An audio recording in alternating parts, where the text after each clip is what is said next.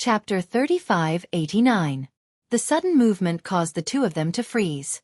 Yu stared at the shattered glass on the floor, feeling inexplicably frustrated.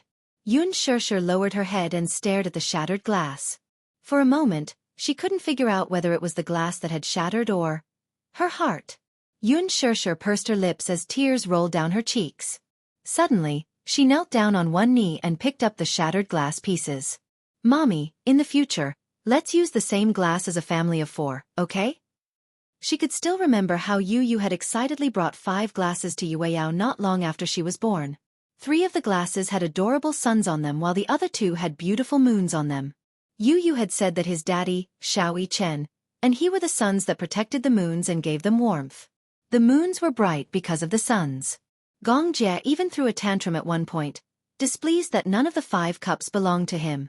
However, Yu had muttered, "You're a married uncle, and you're a spilled bucket of water. It's not yours." He had carefully placed the 5 glasses on the rack and marked them separately. Her tears continued to drip onto the carpet, staining it. She picked up the shattered glass pieces bit by bit until her gaze fell on the suns. Suddenly, her fingertips started to tremble uncontrollably. In a moment of carelessness, she accidentally cut her fingertips. A drop of blood appeared on the wound. However, she didn't feel the pain at all. She held the shattered glass pieces in her hands as her sad tears fell silently. When Yu saw this, especially when he saw Yun Shirshir's tear-stained face, he couldn't help but grip the bed sheets tightly.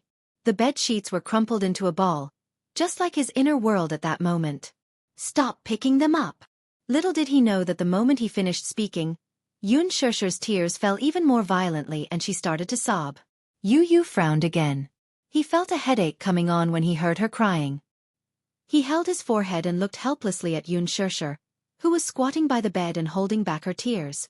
He didn't know what to do with her. In fact, you already knew why Alice came to the island. You also recognized Gong Jie and me.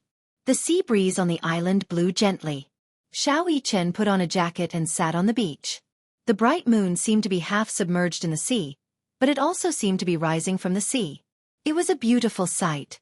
Lisa stood beside him and looked at the moon that seemed to be immersed in the sea. It was as if the sea water was the tears of the moon that had gathered to form the sea. She didn't say anything. She sat down beside Xiaoyi Chen and gazed at the distant horizon. Her lips twitched as she said, "I work for young Master Jie. How could I not recognize him?" Xiaoyi Chen turned to look at her in surprise. "So, you did it on purpose?" "On purpose." Lisa smiled. "What do you mean on purpose?" "You knew that you and I were swapped, but you still allowed Gong Jie to take you away." Lisa didn't say anything, but it was a silent admission. "Why?" Xiaoyi Chen didn't understand. "Isn't your mission and duty to take care of Yu? If he was taken away, it means that you didn't fulfill your duty. Aren't you worried that Gong Xiaoying will hold you accountable?" Lisa didn't answer. Instead she asked, "Do you know what faith is?" Chapter 3590. What do you believe in? Xiaoyi Chen asked. Lisa looked at the moon and narrowed her eyes. She said mockingly, "Belief? I don't have any." Ever since she could remember, her family had been destroyed and her family had died. She and hundreds of other war orphans like her had been brought to Atlanta Island. On Atlanta Island, there was a fearsome assassin organization. Every year, they would recruit war orphans or refugees of different skin colors, ages, and genders from all over the world. Hundreds of children were locked up in a huge cage. They were only given a bowl of rice and a glass of water. Hundreds of children were only given a bowl of rice and a glass of water. Every child was hungry. What did this mean? This meant that even if they wanted to eat a mouthful of rice, they would have to face hundreds of children fighting each other. If they were hungry, they would only be given a bowl of rice. If they were thirsty, they would have a glass of water. In order to fill their stomachs and survive, the children would start to fight each other. Some were born weak and unwilling to fight. In the end, they could only starve to death. Most of the children would fight with their lives. Everyone wanted to live. No one was an exception. She was the same. At that time, her belief was that she did not want to go hungry. In the beginning, she was unable to recover from the setback. She was weak and could not compete with the children who formed cliques. However, hunger was like a beast. Once hungry, the primitive hunting instinct in her body would be fully activated. She started to fight and snatch. Gradually, from a mouthful of water to a mouthful of rice, until she could snatch half a bowl of rice and half a glass of water. Gradually, many children starved to death. Corpses were constantly being dragged away from the cage. However, the other children did not dare to leave the cage. They were like livestock in captivity. Later, a bowl of rice became half a bowl of rice, and a glass of water became half a glass of water. Eventually, they stopped eating and drinking. At that time, many children had already gone crazy. They were all brought from war-torn lands. Some were even natives. They did not have the concept of law and did not have the principle of killing or not killing. They only wanted to live. When they were hungry and uncomfortable, they wanted to eat. When there was no food, even if they gnawed the flesh of a living person, they would still devour it. Children who were unwilling to eat became living prey. At this time, it was necessary to resist those children who formed cliques. In the end, Lisa and the other children survived, but at that time, all the children were on the verge of death. She was not surprised. The moment she crawled out of the rope, she naively thought, was she finally free? The belief then was to live in this warm sunshine. However, after the children were brought out, they were immediately sent to the next round of devil training. The so-called devil training was hellish. The weak would die, and the strong would survive. Perhaps in the end, there would only be one person who could survive all the trials. Lisa was the only child who survived during that period. However, after the cruel competition, she didn't even have a basic belief. It was precisely because he had no faith that his heart ached for Yu. After the first personality was destroyed by the second personality, it became Gong Fan's Yu. It was like a numb and cruel zombie. It had no feelings, no beliefs, and no goals. Empty ambition. Chapter 3591. When she had first met Yu, this child was so special. On one hand, he was ruthless and unscrupulous. On the other hand, he was as warm as ever, just like the bright and beautiful sun shining on one's heart. However, this warmth was only vividly displayed in front of Yun Shirshir. At that time, Yu was loved, knew how to love and enjoy being loved. He was blissful. Now, Yu was sitting there, but he was as empty as a painting. He was still as if there was no trace of life in him. She knew very well that Yu was not happy at all.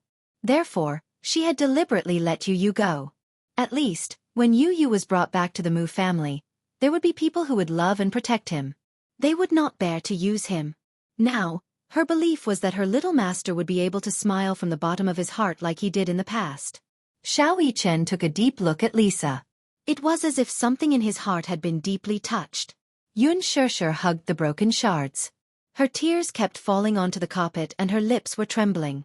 She did not even notice that the shards had cut her palms and blood was seeping out. Yu casually switched on the wall lamp and saw the tears on her face clearly. At that moment, he did not know what to do. In the past, he had never felt so helpless. Now that he was faced with such a sad woman, it was as if there was an invisible hand mercilessly tearing his heart into pieces.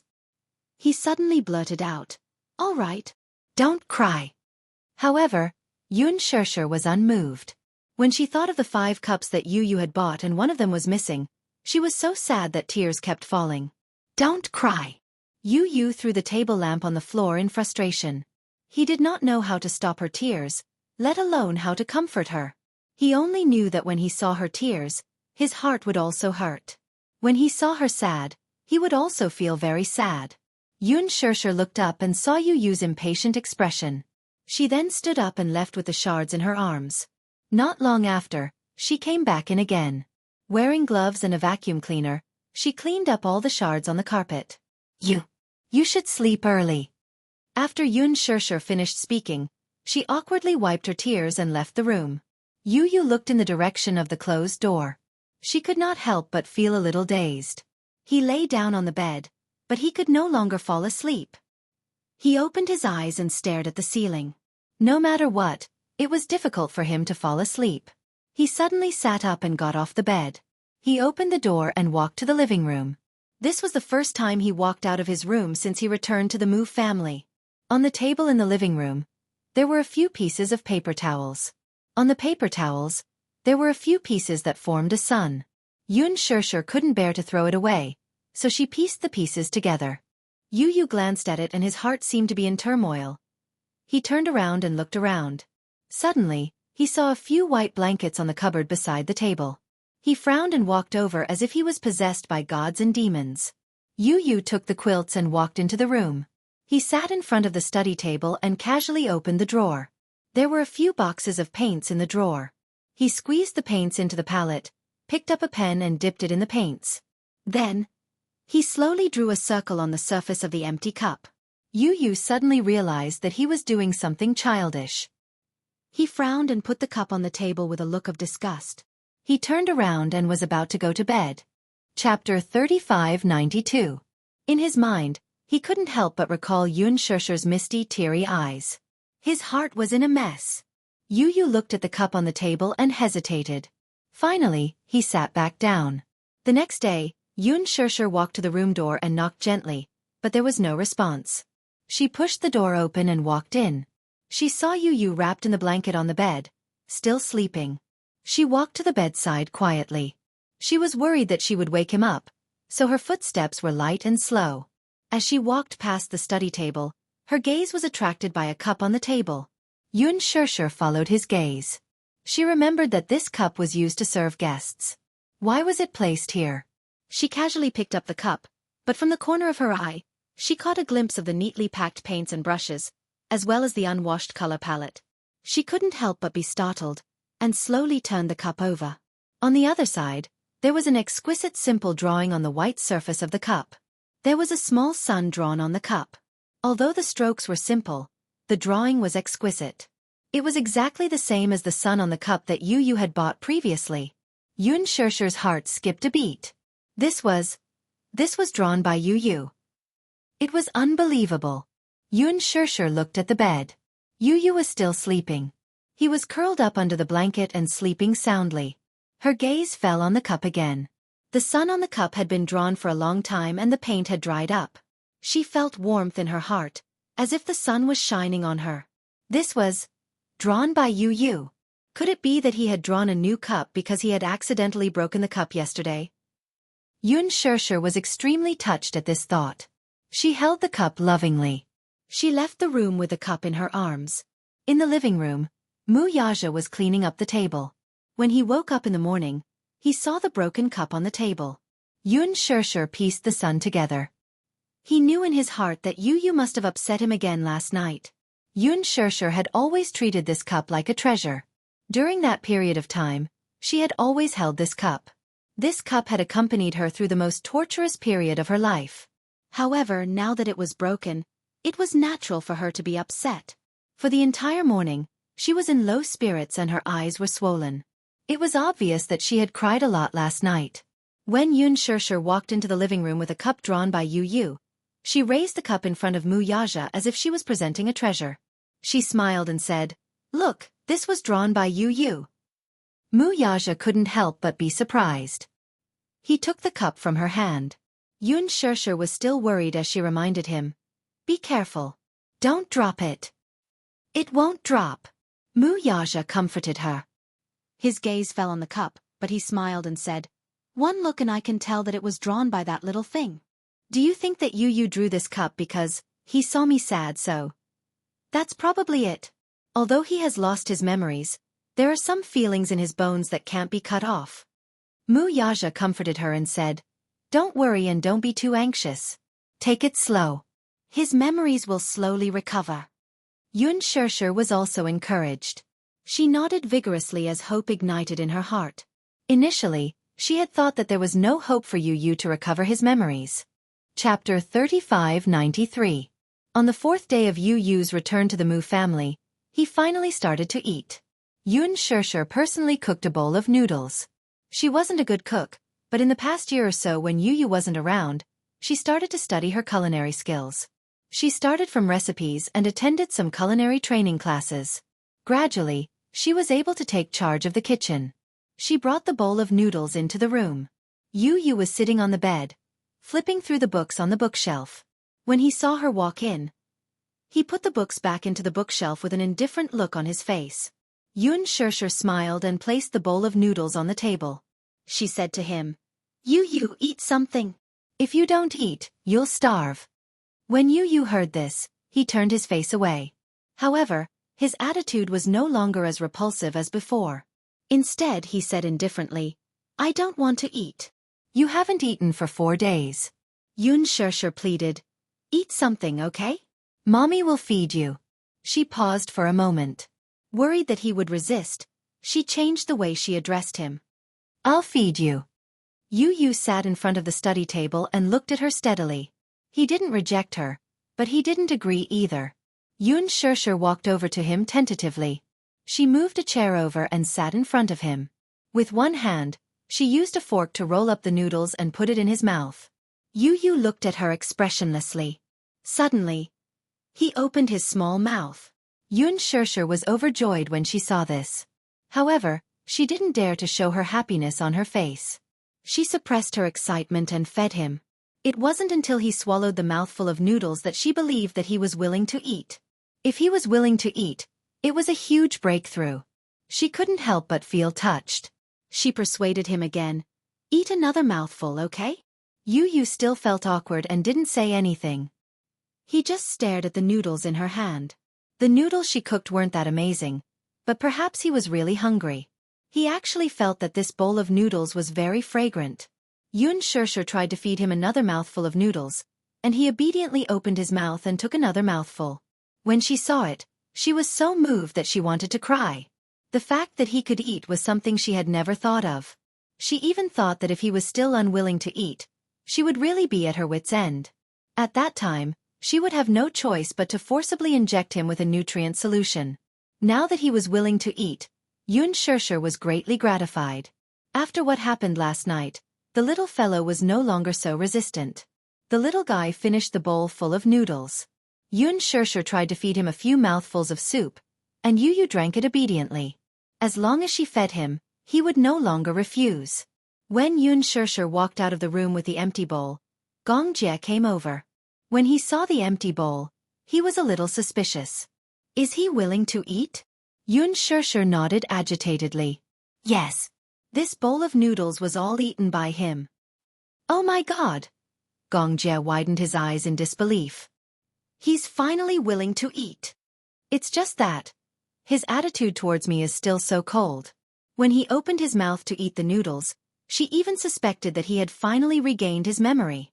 However, when she took the bowl of noodles and left the room, his back was still facing her coldly. He didn't even look at her once. She then realized that if he had really regained his memory, Yu wouldn't treat her so coldly.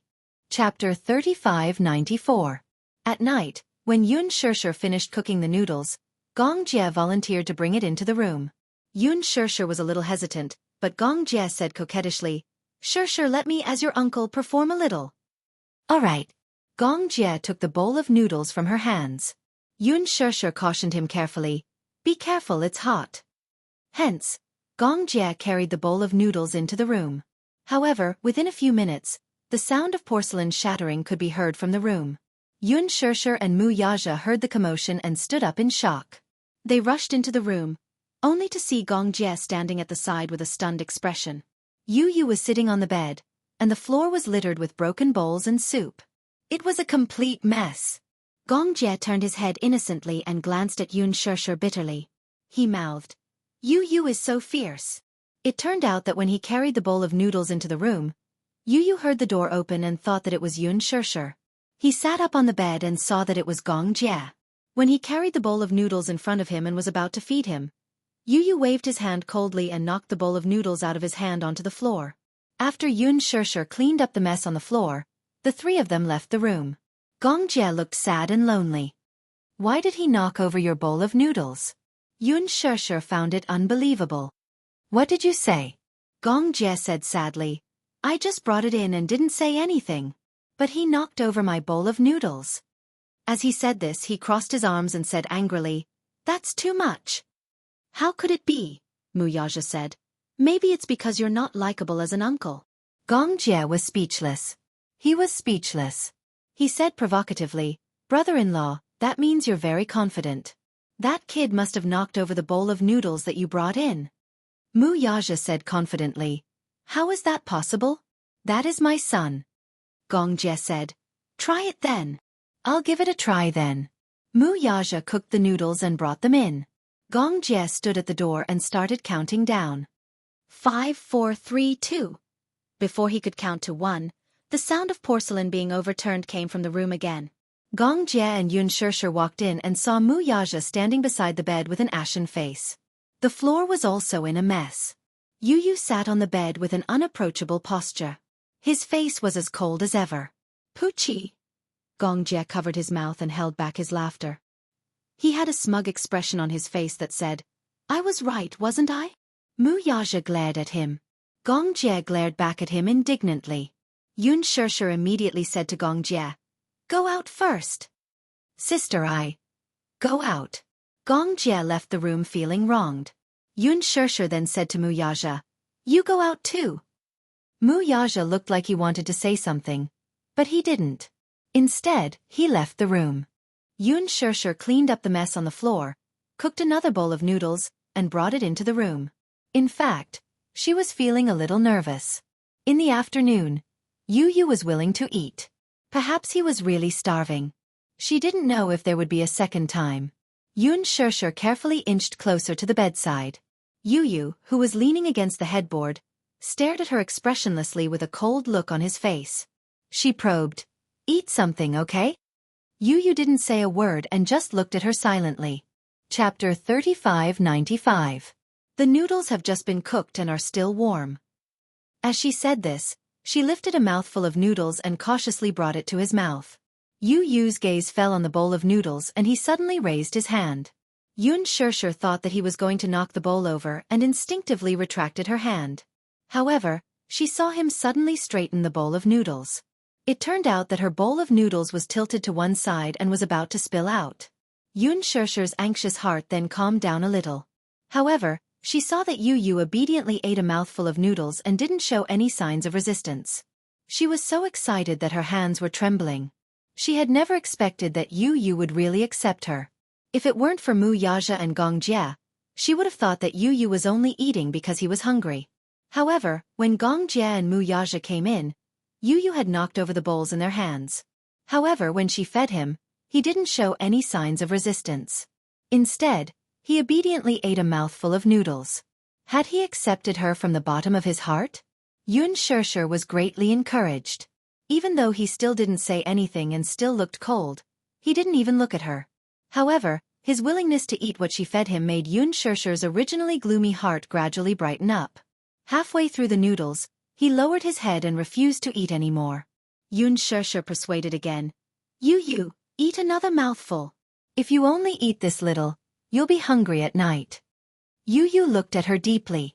After a long time, he finally relented and ate another mouthful. When he finished the noodles, Yun Shishir asked him if he wanted some soup. He shook his head. However, she looked very surprised. Wouldn't he choke if he only ate noodles?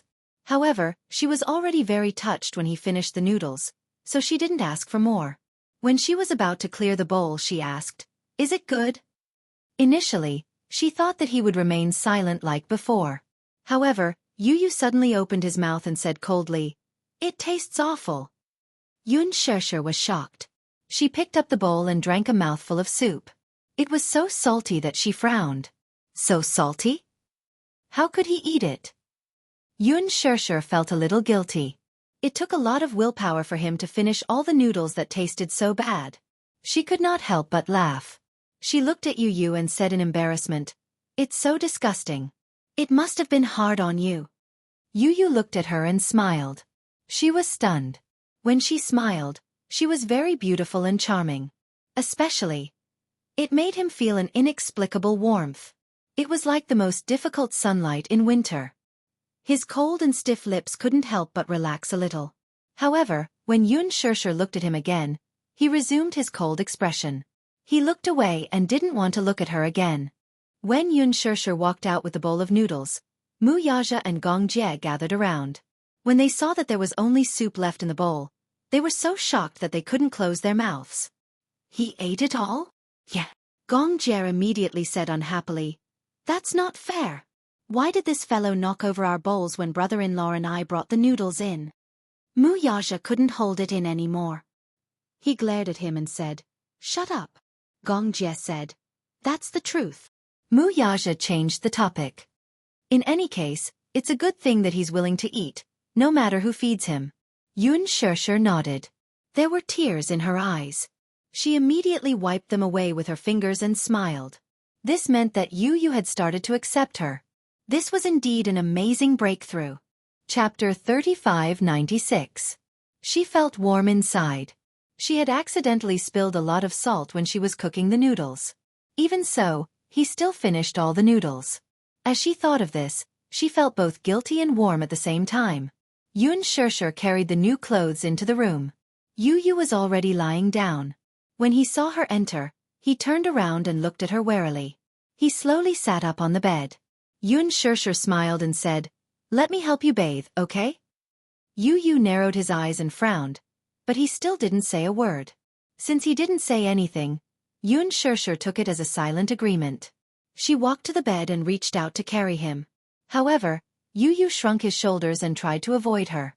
Yun Shishir picked him up at once. They hadn't seen each other for more than a year. He had grown taller and heavier than before. Carrying him was starting to take some effort. Yu instinctively wrapped his arms around her neck and looked angry. "What are you doing?" "I'm carrying you to the bathroom." Yun Shishir pretended to sniff his body and said teasingly, "How many days has it been since you last bathed? Don't you feel that you stink?" Yu's face turned strangely red. Yun Shishir continued, "I remember that you have a serious obsession with cleanliness. You'll go crazy if you don't bathe for a day. Now, you don't care about cleanliness that much?" Yu flew into a rage out of humiliation. He glared at her and said, "Shut up. Let go."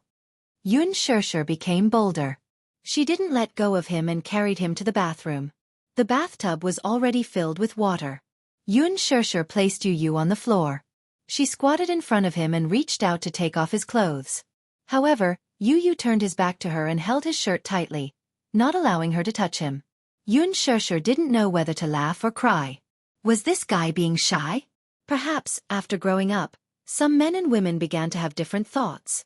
In the past, Yu loved it when mommy bathed you. Why are you so shy now? Yun Shishir held back her laughter and turned his body around, only to see that he had a death grip on her collar, preventing her from unbuttoning his shirt. After holding it in for a while, he squeezed out 3 words, "Get out." "What? Are you shy?" Yun Shishir teased, "Which part of your body haven't I seen before?" As she spoke, she began to unbutton his shirt.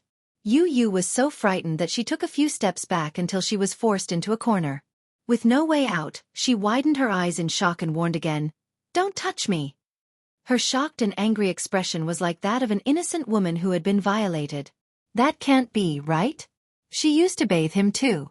However, at that time, in order to train him to be independent, she had always let him wash by himself. Yu had even been a little reluctant. Later, when Mu Yaja bathed him, he had complained that Mu Yaja wasn't gentle at all and always hurt him. Yun Shishir was amused. Even though Yu had struggled, she still unbuttoned his shirt without a word. Yu couldn't resist at all. He allowed her to take off his clothes and carry him into the bathtub. He curled up in a corner, his whole body submerged in the water, only half of his face above the water. His vigilant eyes were on her, full of resistance. He didn't want her to bathe him. He didn't like to be touched by the opposite sex. Yun Shishir knew that he was shy. As she smiled, she squeezed the shower gel into the shower gel, grabbed one of his arms and started to scrub it carefully. The moment she touched him, Yu's body instantly froze like a rock and he didn't move at all. Chapter 3597. The bathroom was foggy. Gradually, Yu relaxed. His muscles were no longer as tense as before. He allowed Yun Shishir to rub the foam on his body. Her technique was very gentle and light. As the foam rubbed on his body, his muscles and bones relaxed involuntarily. Yun Shishir then applied shampoo on his hair. She was very careful and did not let any of the foam into his eyes. Yu could not help but fall into a daze for a long time because of her gentle technique. After the shower, Yun Shishir carried Yu onto the absorbent mat. Then, she wrapped the large bathrobe around him and wiped his body. Yu remained silent. However, he did not show any strong resistance. He was slowly accepting her. When she thought of this, Yoon Shusher's heart was filled with warmth. She firmly believed that his memories would be erased. However, some blood ties could not be erased no matter what. She believed that Yu would definitely recover. Yoon Shusher carried Yu into the room. However, she was not in a hurry to leave. Instead, she took out a thick stack of fairy tale books from the bedside table. In the past, Yu loved it when she read him bedtime stories. When he was not around, these fairy tale books were secretly kept by Xiao Yi-chen. Yoon Shusher thought that these books had been thrown away. She was sad for a long time. Then, she went to the bookstore and bought many more fairy tale books. She placed them on the bedside table in Yu's room. Every time a new fairy tale book was released, she would buy all of them. Yu looked at the fairy tale books in her hands strangely. His gaze was filled with doubt. You don't remember? In the past, you loved it when Mommy read you fairy tales. Yoon Shusher flipped to a page. The first story was Andersen's fairy tale, The Daughter of the Sea. Her fingertips gently ran over the words. For a moment, she was filled with emotions. This was also the first fairy tale that she read for Yu. At that time, Yu was still young. She didn't really understand the story. After she read it a few more times, she finally understood that it was a tragic story. Yu lay down on the bed, and Yoon Shusher tucked him in. Daughter of the Sea. Have you heard of it? Yu blinked but did not say anything. Yoon Shusher said again. You must not remember. I'll read it again, okay? Yu slowly closed her eyes. Yoon Shusher held the book and began to read softly. In the depths of the vast ocean, there is a kingdom of fish. The Sea King had 6 beautiful daughters, especially the youngest, who was even more beautiful than her sisters. She was kind, pure, and had a beautiful voice. They lived freely and without worries in the sea. Sometimes, their grandmother would tell them some novel stories on the sea. This filled the youngest heart with longing for the world at sea. As Yoon Shusher read, memories of the past surfaced in her mind. It was as if she could see a 3-year-old Yu hugging a pillow and sitting on the bed, looking at her longingly. Mommy, do these fish look the same as humans? No, they have the bodies of humans, but the tails of fish. Then how do they breathe in the sea? Yoon Shusher was suddenly put in a difficult position. She immediately said, They are the spirits of the sea. They can swim and breathe freely in the sea. Chapter 3598. That's why once they reach the sea, they can't walk anymore. Are there really mermaids in this world? Yoon Shusher pretended to be mysterious.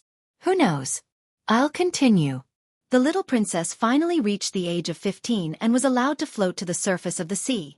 She looked around excitedly, wanting to take in everything. At this moment, a large ship sailed by her side. There were many people dressed in gorgeous clothes on the ship celebrating the prince's birthday. The little mermaid was immediately attracted to the handsome prince. At this moment, there was a sudden storm and the waves destroyed the ship. The people fell into the water and sank to the bottom of the sea. The mermaid risked her life and rushed into the whirlpool to save the prince. She gently kissed the prince's forehead and hid in the water, silently waiting for someone to save him. At this moment, a young lady found the prince. She called some people and saved the prince. When the story reached the part where the little mermaid wanted to turn her fishtail into legs, she found a witch and drank a magic potion. However, it was extremely painful to turn into human legs. Every step she took, she had to endure great pain. Yu's heart clenched. He hugged Yoon Shusher's arm and said sadly, Will the little mermaid die? She smiled. No, I won't. That's good. Yu was relieved again. The story continued. The witch told him that if the prince forgot his parents because of love and married the little mermaid, she would obtain an immortal soul.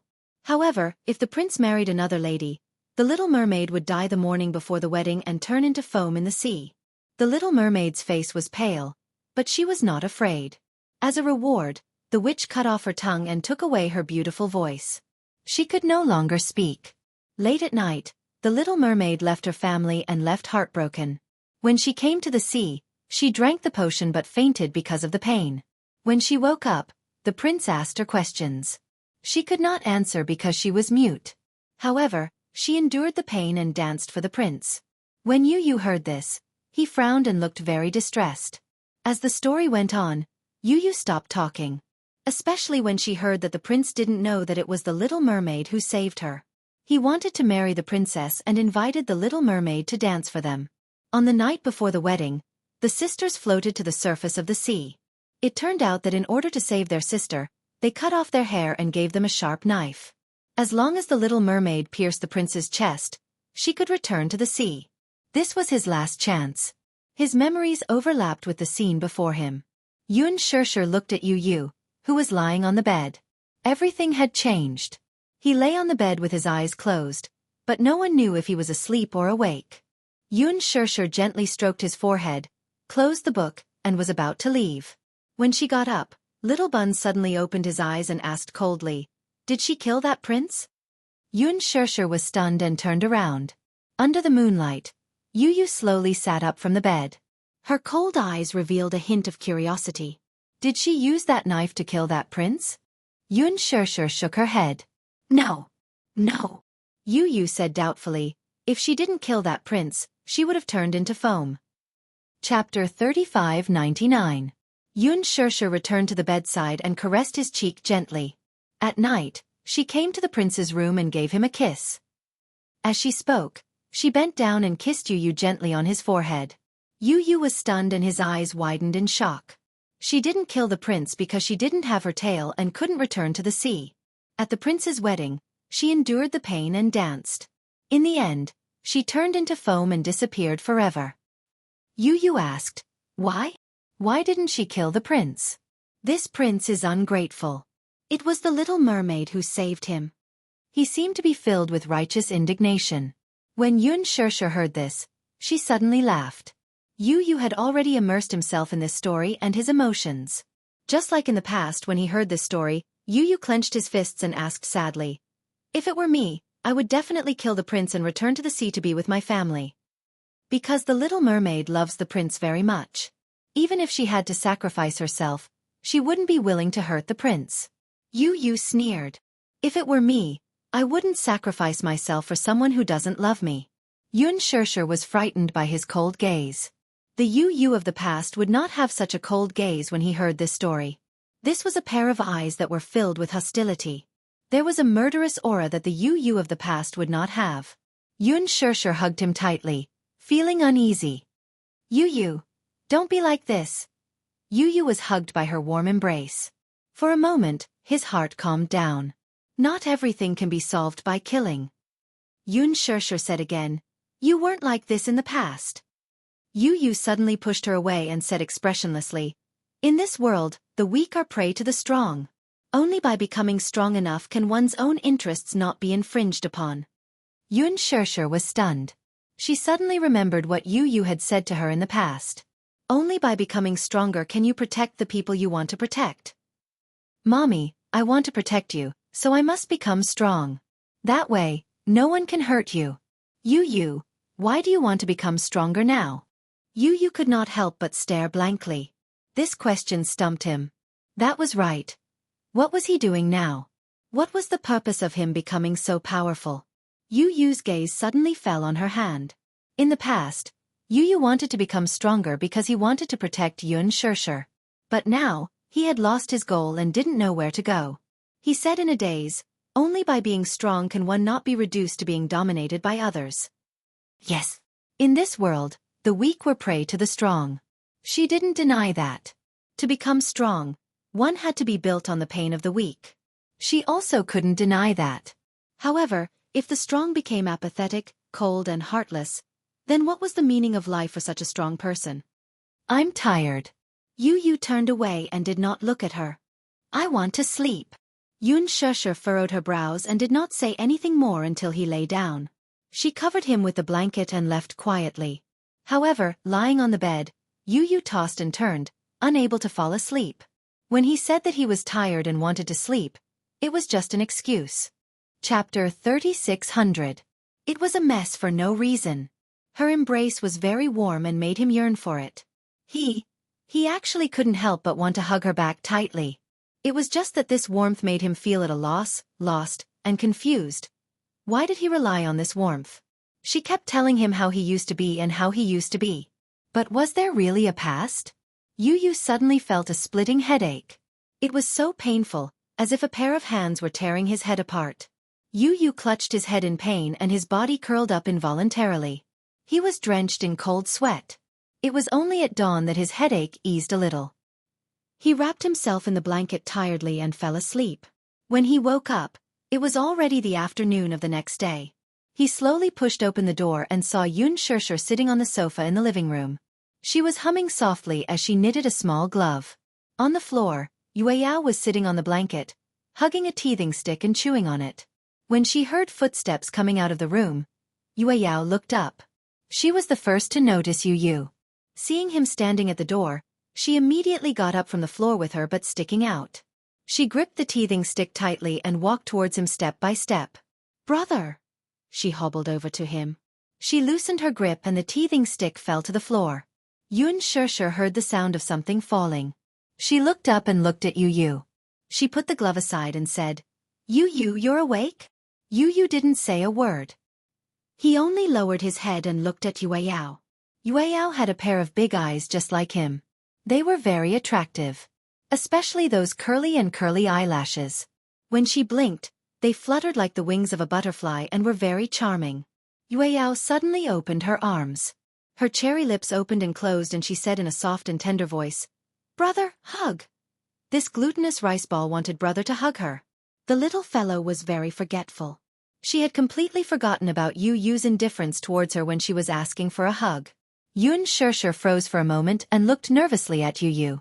However, she saw that his attitude was no longer as cold as before.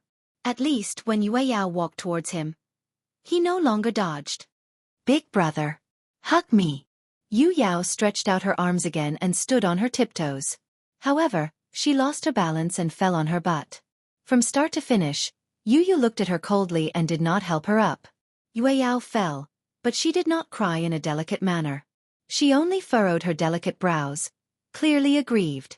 She got up from the ground on all fours and raised her head to look at Yu Yu, only to see that he was still cold and indifferent. For a moment, she was extremely sad. Her little mouth pouted high, and she looked like a storm was coming. Yun Shirshir knew from this that she was going to cry. She quickly stood up and was about to walk over to carry Yueyao when Yu Yu suddenly bent down and gently carried Yueyao. He was still a little unfamiliar with the way he carried his sister. He didn't even know how to use his arms to support her but Yueyao was delighted to see him carry her. She hugged him tightly like a koala bear and didn't want to let go. She leaned on his shoulder affectionately and broke into a smile. Chapter 36:01. For some reason, Yueyao was inexplicably close to Yu Yu. This surprised Yun Shirshir a little. After all, a child's memory was limited. Even before this, Yu Yu was the closest to her and doted on her the most. She liked to hug her every day, hold her phone, and take pictures of Yueyao non-stop like an idiot.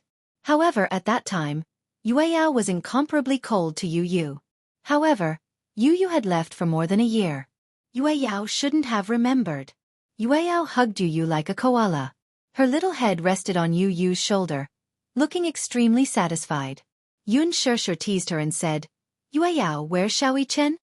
She thought that Yueyao had mistaken Yu Yu for Xiao Chen.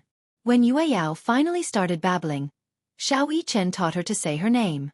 Yueyao also learned a skill, which was to recognize the names of all the family members, except for Yu Yu. When Yun Shirshir asked, "Where's Xiao Chen?" Yueyao would often point at Xiao Chen and ask, "Where's Muyaja?"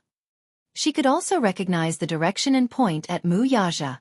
Yun Shirshir didn't specially teach her Yu Yu's name.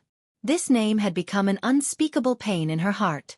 Whether it was Muyaja or Gongjie, they would avoid it as much as possible. Hence, Yueyao didn't know Yu Yu's name.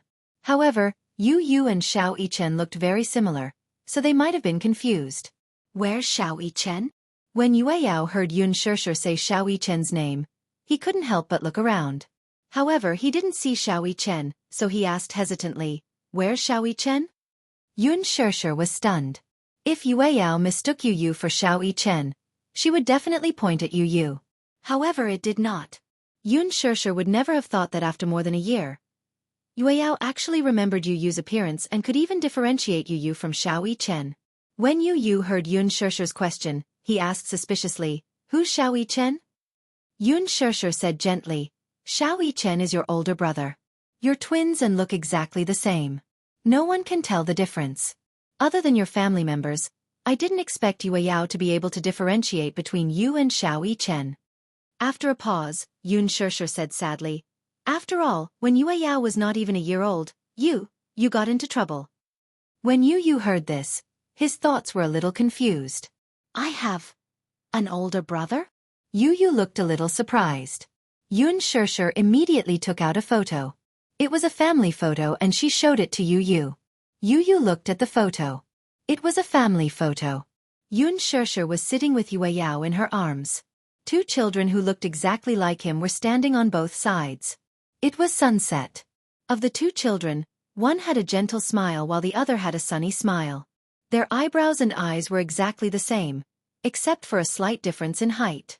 Even he could not tell which child was his own. This was the first time he saw a family photo like this after he returned to the Mu family. At first glance, it was a huge shock. Yun Shishir had always said that he was her son and her baby. Yu had always been suspicious. The reason why he was not so resistant and close to her now was not because he believed that he was her son. It was because he did not know why he was not so resistant and close to her. However, when he saw this photo, Yu could not help but wonder if what she said was true. Was he really her family? Was that possible? Chapter 3602. Alice had instilled memories in him. He was the son of the Gong family and had always been in poor health, so he had been receiving physiotherapy on Ashland Island. He didn't know who his mother was, nor did he know who his siblings were. He only knew that he had an uncle called Gong Jie. However, even Gong Jie told him that his real name was not Mu Yaja. His real name was Yun Tianyu, and he was the son of Mu Yaja and Yun Shishir. He could not digest this information for a while. It was complete nonsense. He had been in the Gong family all this time and did not have any memories of Mu Yaja, Yun Shishir, and even Xiao Yichen. It was just that the photo made his thoughts chaotic for a moment. Yu lowered his head to look at Yue Yao, who was in his arms. Yue Yao also looked up at him. Seeing him staring at him, the little guy reached out his soft hands and gently patted his face. It was so fun. Yu did not find it annoying though. Her scratches did not hurt much, and her nails were neatly trimmed. Hence, when she pinched herself, it did not hurt or itch. Yu was no longer as resistant to this child as before. He avoided her as if she were a snake or a scorpion. This change made Yun Shishir feel relieved. Did he quickly improve on the day he regained his memories? During dinner, Yun Shishir personally cooked. When Gong Jie and Mu Yaja returned, the dishes were already on the table. What surprised them was not that Yun Shishir cooked for the first time, but that they saw Yu sitting at the dining table with Yue Yao sitting on the baby stool and playing with a toy. He lazily propped his chin on his hand and quietly watched her play with the toy. This guy actually walked out of his room. This was a miracle. After returning to the Mu family for such a long time, he had always locked himself in his room. He never came out of his room, never letting the sun out. Why did he come out now? Gong Jie and Mu Yaja looked at each other but did not show too much of a shock, lest they startled him. As usual, they sat down at the dining table. Yu did not look at them and continued to stare at Yue Yao. Gong Jie had his own thoughts. Yu, this damn siscon. Why was he always staring at Yue Yao? Was uncle not good-looking? Ha!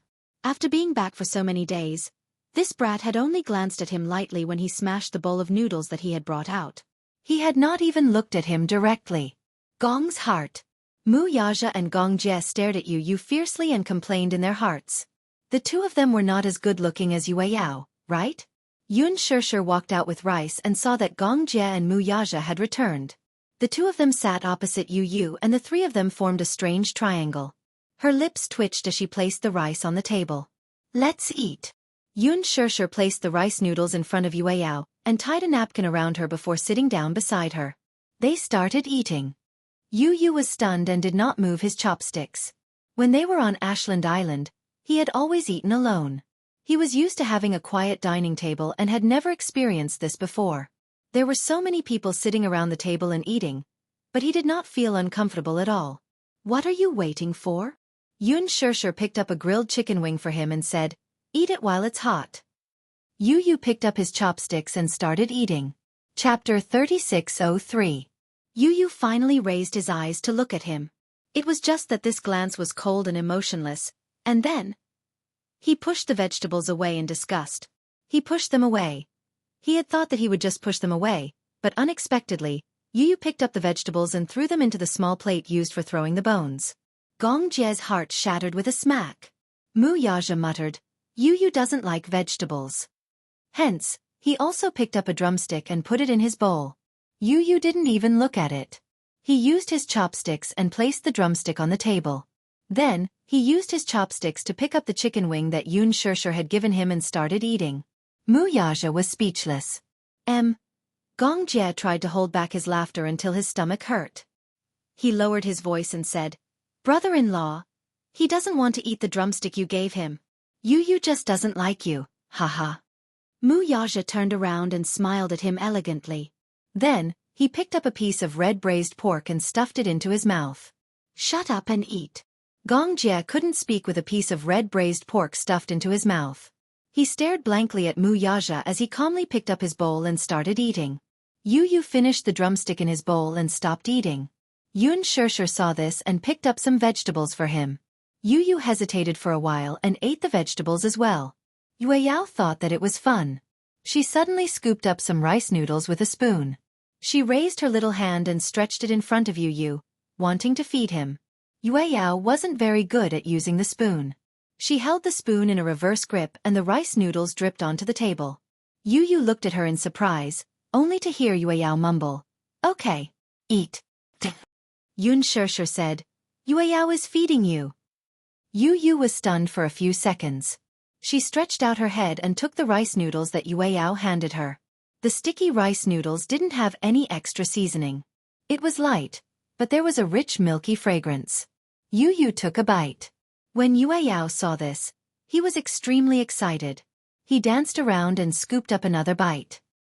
His little hand held the spoon with great effort and raised it to his mouth. Yu Yu was a little conflicted. This rice noodle was not particularly delicious. It was a formula for babies, so it was tasteless. However, Yue Yao insisted on feeding him. He didn't know if it was because he found it fun or something else. Yu Yu had no choice but to take another bite. Yue Yao turned his head and smiled at Yun Shirshir as if he was presenting a treasure. He revealed his cute little front teeth and said, Mommy, brother is eating. Yun Shirshir smiled and coaxed. Okay. Yue Yao eat too. No, I want to feed. Brother. As Yue Yao spoke, she fed Yu Yu mouthful by mouthful. After that, Yu Yu was full just by eating the rice noodles. Yun Shirshir was holding back her laughter.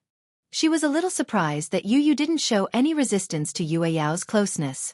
Even when Yue Yao fed him, Yu Yu didn't reject it. Opposite them, the two men who had been ignored from the start to the end were frowning. Gong Jie didn't believe it and picked up another wing root. Yu Yu didn't even look at it and removed it. There was nothing to say. Gong Jie couldn't take it anymore and protested, What's the difference between the wing root I picked up and the one your mommy picked up? This was the love of an uncle. Yu Yu said coldly, It's dirty. There's saliva. It's not hygienic. Gong Jie was puzzled. Didn't Yun Shirshir's chopsticks have saliva on them? Yue Yao's spoon was full of saliva. Why didn't he dislike it? Chapter 3604. After dinner, Yu Yu was about to go back to his room when Gong Jie suddenly put his arm around his shoulder and said, What are you doing in your room every day? Cultivating? Yu Yu slapped his hand away and glared at him as if to warn him, Don't touch me. Why are you glaring at me? Gong Jie said confidently, I'm doing this for your own good. If you weren't my biological nephew, I wouldn't have anything to do with you lying in your room until your limbs degenerate. Yun Shirshir added, That's right, Yu Yu.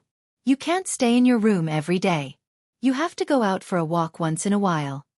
When Mu Yaja heard this, he suddenly said to Yun Shirshir, Why don't we take him out for a walk? Who knows, it might be good for him to recover his memory. Yun Shirshir felt that this made sense. Gong Jie also said, I heard that there's an open-air music festival at Manha Square tonight. It starts at 8 p.m. Why don't we go to the music festival? Yun Shirshir agreed readily. Gong Jie was about to carry Yue Yao when Yun Shirshir immediately said, Yue Yao can't go. It's too noisy at an open-air music festival. Yue Yao will cry. Then, what about Yueyao? Although there was a nanny, Yueyao couldn't be left alone. No one was assured. Mu Yaja said matter-of-factly, as his uncle, you should stay and take care of Yueyao. When Gong Jie heard this, he couldn't take it anymore. No way. Why should I? He hooked his arm around Mu Yaja's shoulder and said disdainfully, don't think I don't know what you're thinking. You must be thinking of using the music festival to communicate with Yu. No way, I want to go too. What's wrong with the three of us communicating? Hey, are you being xenophobic? Gong Jie was not convinced and said, I also want to communicate with my nephew. Mu Yaja said coldly, your surname is Gong, not Mu. You and I are not family. Gong Jie, Yun Shishir added. Shao Jie, you can stay at home and take care of Yueyao. Mu Yaja continued, well, you don't like Yueyao very much. Now, no one is fighting with you for a hug. Be good. After that, Mu Yaja picked up Yu and left with Yun Shishir. Gong Jie was left standing alone in the living room, unable to express his bitterness. He didn't know if he should curse her or not. Was he being treated as a babysitter? Just as Gong Jie was about to explode, Yueyao suddenly walked to his side, squatted down, and secretly stuffed a toy into his trousers. Ha ha ha. Yueyao let out a string of bell-like laughter. She grabbed his trousers and tugged. Gong Jie lowered his head and saw that she was having fun playing with his trousers. His eyes couldn't help but soften. He immediately squatted down and pulled her into his arms. Yueyao, Uncle will accompany you at home, okay? Yueyao suddenly raised her chubby little paw and slapped his face. Gong Jie's face darkened. He grabbed her little paw and said, you're not allowed to hit Uncle's face. Yueyao slapped his face again. Gong Jie frowned unhappily. However, when he saw Yueyao's heartless smile, which made him want to dote on her, he suddenly gave in. He curved his lips and gently kissed her cheek. Yueyao, be good. Daddy and Mommy don't want you, but Uncle wants you. Yueyao suddenly pinched his cheek and pulled it until it was deformed. She was amused by his distorted handsome face and couldn't stop laughing. It was only half an hour's drive from Manha Square. Chapter 3605. Yu let her hug him obediently. He looked out of the window. The passing scenery seemed familiar. Was this the place where he used to live? Especially when they passed by the park and the bridge across the river. Yun Shishir saw that he was staring at the bridge and immediately said, Yu, do you still remember? We used to set off fireworks here during the Lunar New Year. Fireworks? Yeah. Yun Shishir continued. At that time, you were fighting to set off fireworks. I didn't let you do it in the past, so you felt that it was a novelty and wanted to light your own fireworks. I was a little scared. Yu stared at the bridge curiously. Through the window, he could see many people standing under the bridge, sitting on long benches or flying kites. The kites were luminous and many of them were bobbing in the wind. He couldn't help but be entranced by the sight. Mu Yaja steered the kite as he looked at Yu through the rearview mirror. His heart was filled with emotions. Yu had disappeared for a year and everyone was thinking about him. Although no one gave up easily, as time passed, the hope in their hearts gradually disappeared without a trace. However, no one dared to give up. Because if they gave up, it would mean that in their hearts, Yu was really dead. At that time, the search became their motivation to persevere. When Yu really came back, Mu Yaja didn't show it on his face, but in fact, he was ecstatic. His son was still alive.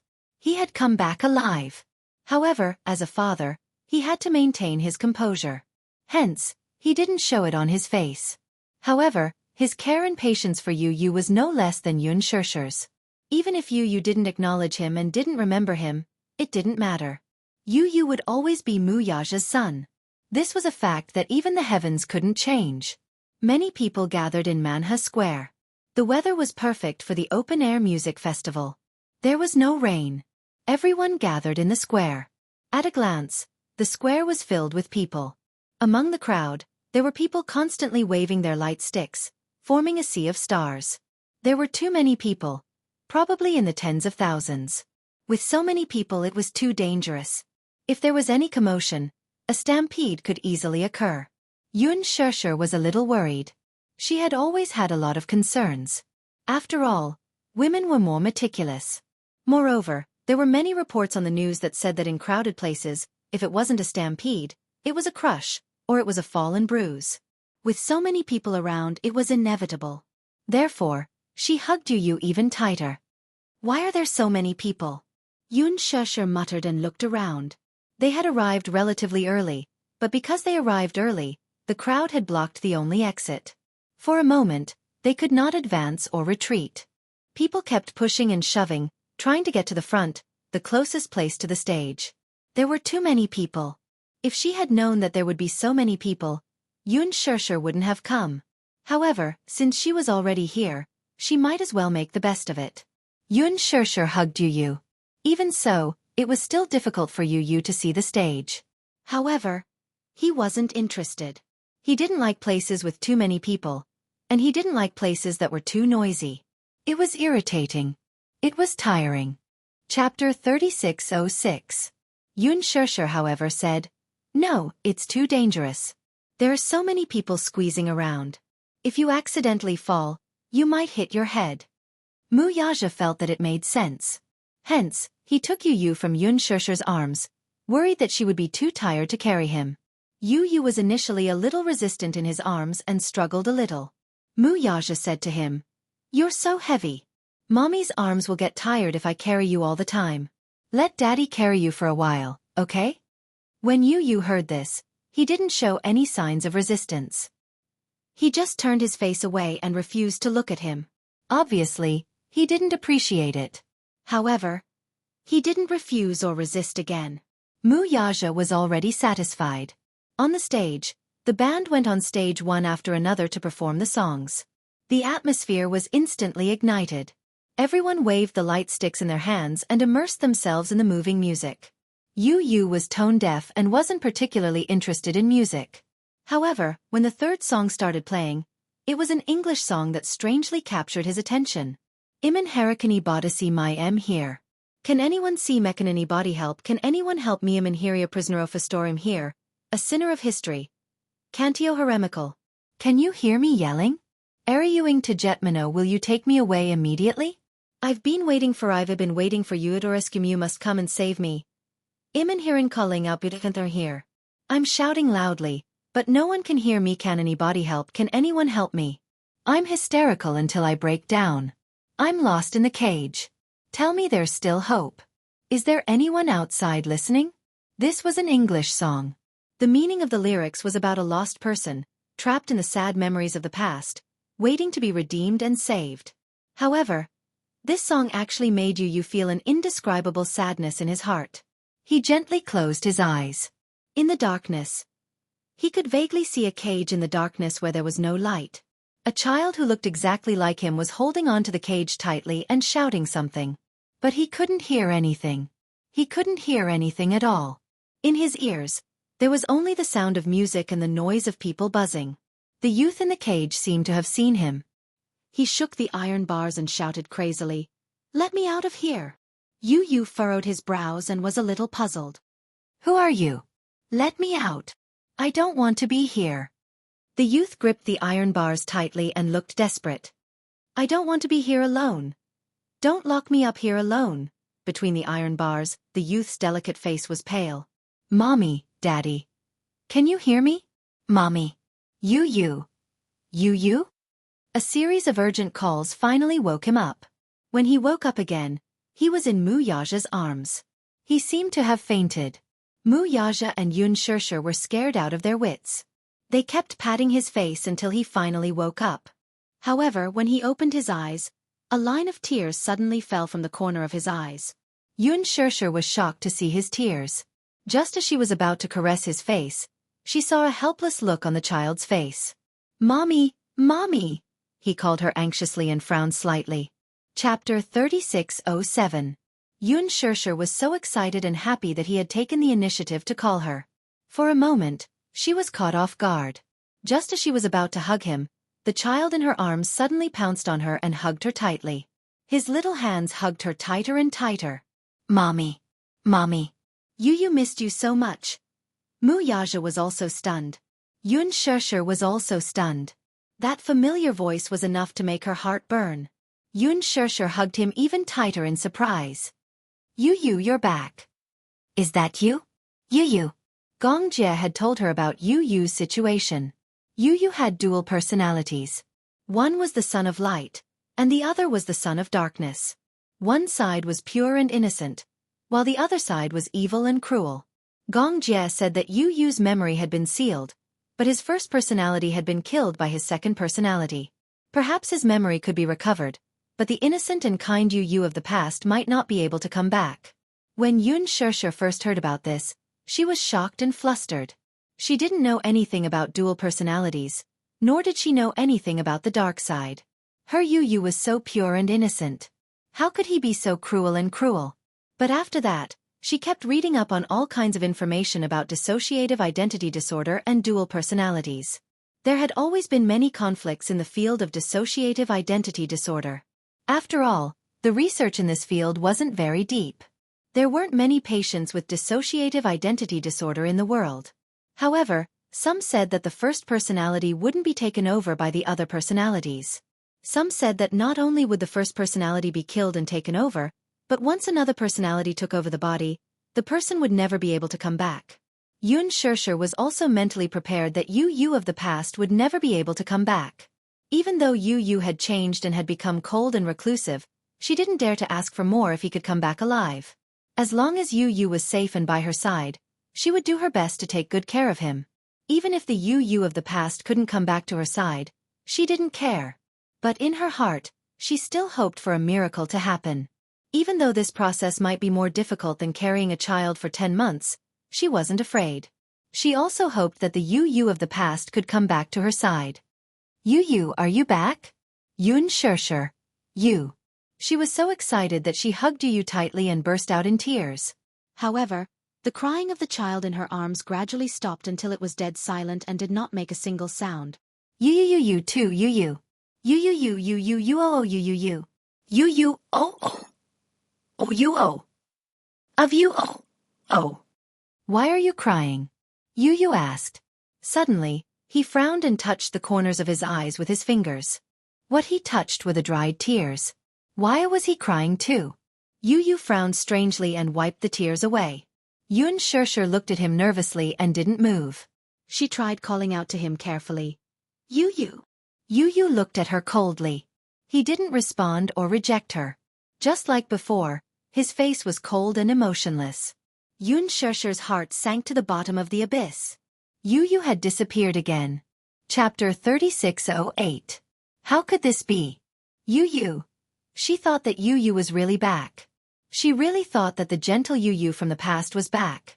But in the blink of an eye, he resumed his cold demeanor. How could this be? Yun Sheshe said anxiously, "Just now it was Yu," she cried to Muyaja, her heart aching. "Just now, I heard Yu calling me Mommy." Muyaja hugged Yun Sheshe's shoulders and kissed her forehead. Sheshe, don't be like this. Don't be anxious. Didn't we agree to take it slow? Yun Sheshe turned around and looked at the child in her arms. Suddenly she pleaded, "Please, let Yu come back, please. I want to see Yu. I want to see Yu." She didn't know what nonsense she was spouting, but her mind was in a mess. The only thing she could realize was that there seemed to be two souls residing in this child's body. One was the Yu from the past. The other was the Yu who had been given the name Gong Fan. She missed Yu. She wanted to see that Yu again and hear him call her Mommy. She wanted that Yu to come back. All this while, she had been waiting patiently. But her hope had been dashed again. Her disappointed expression had undoubtedly agitated the child. The child looked at her coldly and finally said, "I'm not Yu. Then let Yu come back, please." She lowered her posture to the lowest possible level, and was practically begging him with an incomparably pleading tone. The child suddenly felt frustrated. Yu. Hearing this name that didn't belong to him every day, his ears were about to grow calluses. So, this woman was being so gentle to him because she wanted to awaken that Yu? What she needed was Yu. Whether it was Yun Sheshe, Muyaja, or Yueyao, what they needed was Yu, not him. What was laughable was that he was actually moved by her gentleness. He actually instinctively yearned for this warmth and tenderness. Instinctively, he wanted to rely on her, wanted to hug her. However, from the beginning to the end, he was treated as another Yu. What she needed, what she loved, and what she missed, was never him. All this while he had been needed, cared for and loved. It was all because they wanted to find the shadow of Yu in him. It was as if this body had always belonged to Yu, and he had been treated as an invader, occupying this body as an enemy. He had never been needed, or even rejected by them. Was he hated? Or rejected? He also wanted to try his best to adapt to the role of Yu. But he wasn't Yu. So, stop calling him Yu. The child was anxious and frustrated. He pushed her away forcefully. I've said it before. I'm not Yu. Yun Shirsher was pushed to the ground and her eyes were filled with shock. Mu Yaja also looked at him in disbelief. He didn't expect him to revert back to that cold and aloof self when he had just returned to the Mu family. The child was obviously losing control of his emotions. He stood up and his body swayed slightly. The child tried his best to stabilize himself and turned to look at Yun Shirsher. He said in disappointment and anger, "Don't call me that again. I'm not Yu, I'm not Yu." Chapter 3609. Yun Shirsher was heartbroken when she heard that. She immediately said, Yu, don't say such silly things. How are you not Yu? You are. You are. Enough. Yu covered his ears uncontrollably and said in despair, Don't call me that again. After he said that, he turned around and his slender figure disappeared into the bustling crowd. Yu. Yun Shirsher chased after him anxiously. However, it was too crowded. Yu was not tall and was very skinny. He managed to squeeze through the crowd. However, she was blocked by the crowd. What should we do? Mu Yaja held her hand and comforted her. Don't worry. He held her hand and followed the direction in which Yu had left. They pushed through the crowd and chased after him. Yu. The voices were still ringing in his ears. Yu closed his eyes tightly. His fragile body seemed to be on the verge of collapsing in the crowd. Don't call me that again. Don't. He finally calmed down. However, when he looked around, he was surrounded by the crowd. On the stage, rock music was playing intensely. The crowd was also excited by the explosive rhythm. Some of them sang loudly along with the music. Some of them screamed hysterically. Yu felt a little dizzy. He felt that the noise was getting further and further away. All he could hear was the buzzing of the crowd. Excuse me. Someone rushed over and pushed through the crowd. When he saw Yu in front of him, he pushed him hard. Yu lost his balance and almost fell. There were so many people. If he fell, he would definitely be stepped on mercilessly by the crowd. Just as he was about to fall, an arm suddenly supported his center of gravity. Are you okay? A woman's gentle voice was heard. Yu frowned. He was a little surprised. Who was it? Was it her? Yun Shirsher? When he raised his head, he saw a woman's face that he didn't recognize. The woman in front of him was delicate and pretty. Her every movement gave off a heroic aura that ordinary women did not have. Yu narrowed his eyes and sized her up. You are. Chu-ho looked at the child in front of him. He suddenly felt that he looked familiar, but he could not remember where he had seen him before. Behind her, Gu Jinglian walked over with baby Chu in his arms. Lin Shi followed beside him and was puzzled to see Chu He grabbing a child's arm. Gu Jinglian's handsome face darkened when he saw the child's face clearly.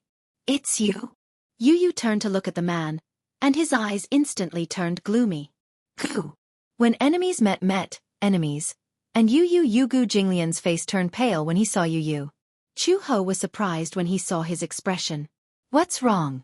Do you know this child? The man snorted coldly and said in an unfriendly tone, I don't just know him. He also had a deep hatred. He still had a score to settle with this child. Yu took a step back cautiously. A tiger would be bullied by a dog. This was not Hurricane, and he was alone. He would not gain anything if he went head-to-head with Gu Jinglian. Just as he was about to leave, Gu Jinglian grabbed him by the collar and lifted him up. Why are you running? Chapter 3610. He's just a child. You, child? Gu Jinglian sneered. He's not an ordinary child. He turned his head and fixed his gaze on Yu Yu's face. His eyes were cold. He's from the Gong family, Gong Fan from the Hurricane Group. He's not an ordinary child. Gong Fan. Hearing this name, Chu Ho's face also showed a surprised expression. Gong Fan. That was the child who had used her and Xiao Bao as a hostage to force Gu Jinglian to sign the agreement to cede worth to him. How could he be so young? She looked so soft and squishy. She couldn't tell how vicious and merciless this child was. Yu Yu was very calm. He narrowed his eyes and said calmly, Gu Jinglian, I dare you to touch me. Before he could finish speaking, Gu Jinglian flicked his finger hard on the man's forehead with a loud and crisp sound. Yu Yu felt a concussion in his head and felt dizzy for a moment. He felt that his forehead was about to be shattered by this flick of his finger. Gu Jinglian said coldly, This is my territory in Beijing. You asked me if I dare to touch you. What do you think? Yu Yu was not afraid at all. He raised his leg and kicked him in his weakest spot. This move was ruthless, but Gu Jinglian had expected it and dodged in time. This child was really ruthless. Was this kick going to end his lineage? Gu Jinglian would not let him off so easily. He kicked him in the butt. Yu Yu, who had nowhere to hide, took the full brunt of the kick. He frowned in pain, but he did not show it on his face and maintained his composure. Gu Jinglian, you. Before he could finish, Gu Jinglian pinched his face and pulled hard. Rumor has it that the ruthless successor of the Hurricane Group, Gong Fan, is just so without those mercenaries and bodyguards. However, this little guy was weak, yet he was still so arrogant. Who was he trying to show off to? Showing off in his territory? Was he courting death? In a hotel room next to the square, a gray-haired middle-aged man sat on the windowsill with a bottle of wine in his hand. He was drunk and on the verge of collapsing. If it weren't for the guardrails outside the windows of the room, he would have lost his balance and fallen. He picked up the wine bottle and took a big gulp. When he opened his eyes again, there was a terrifying murderous intent in them.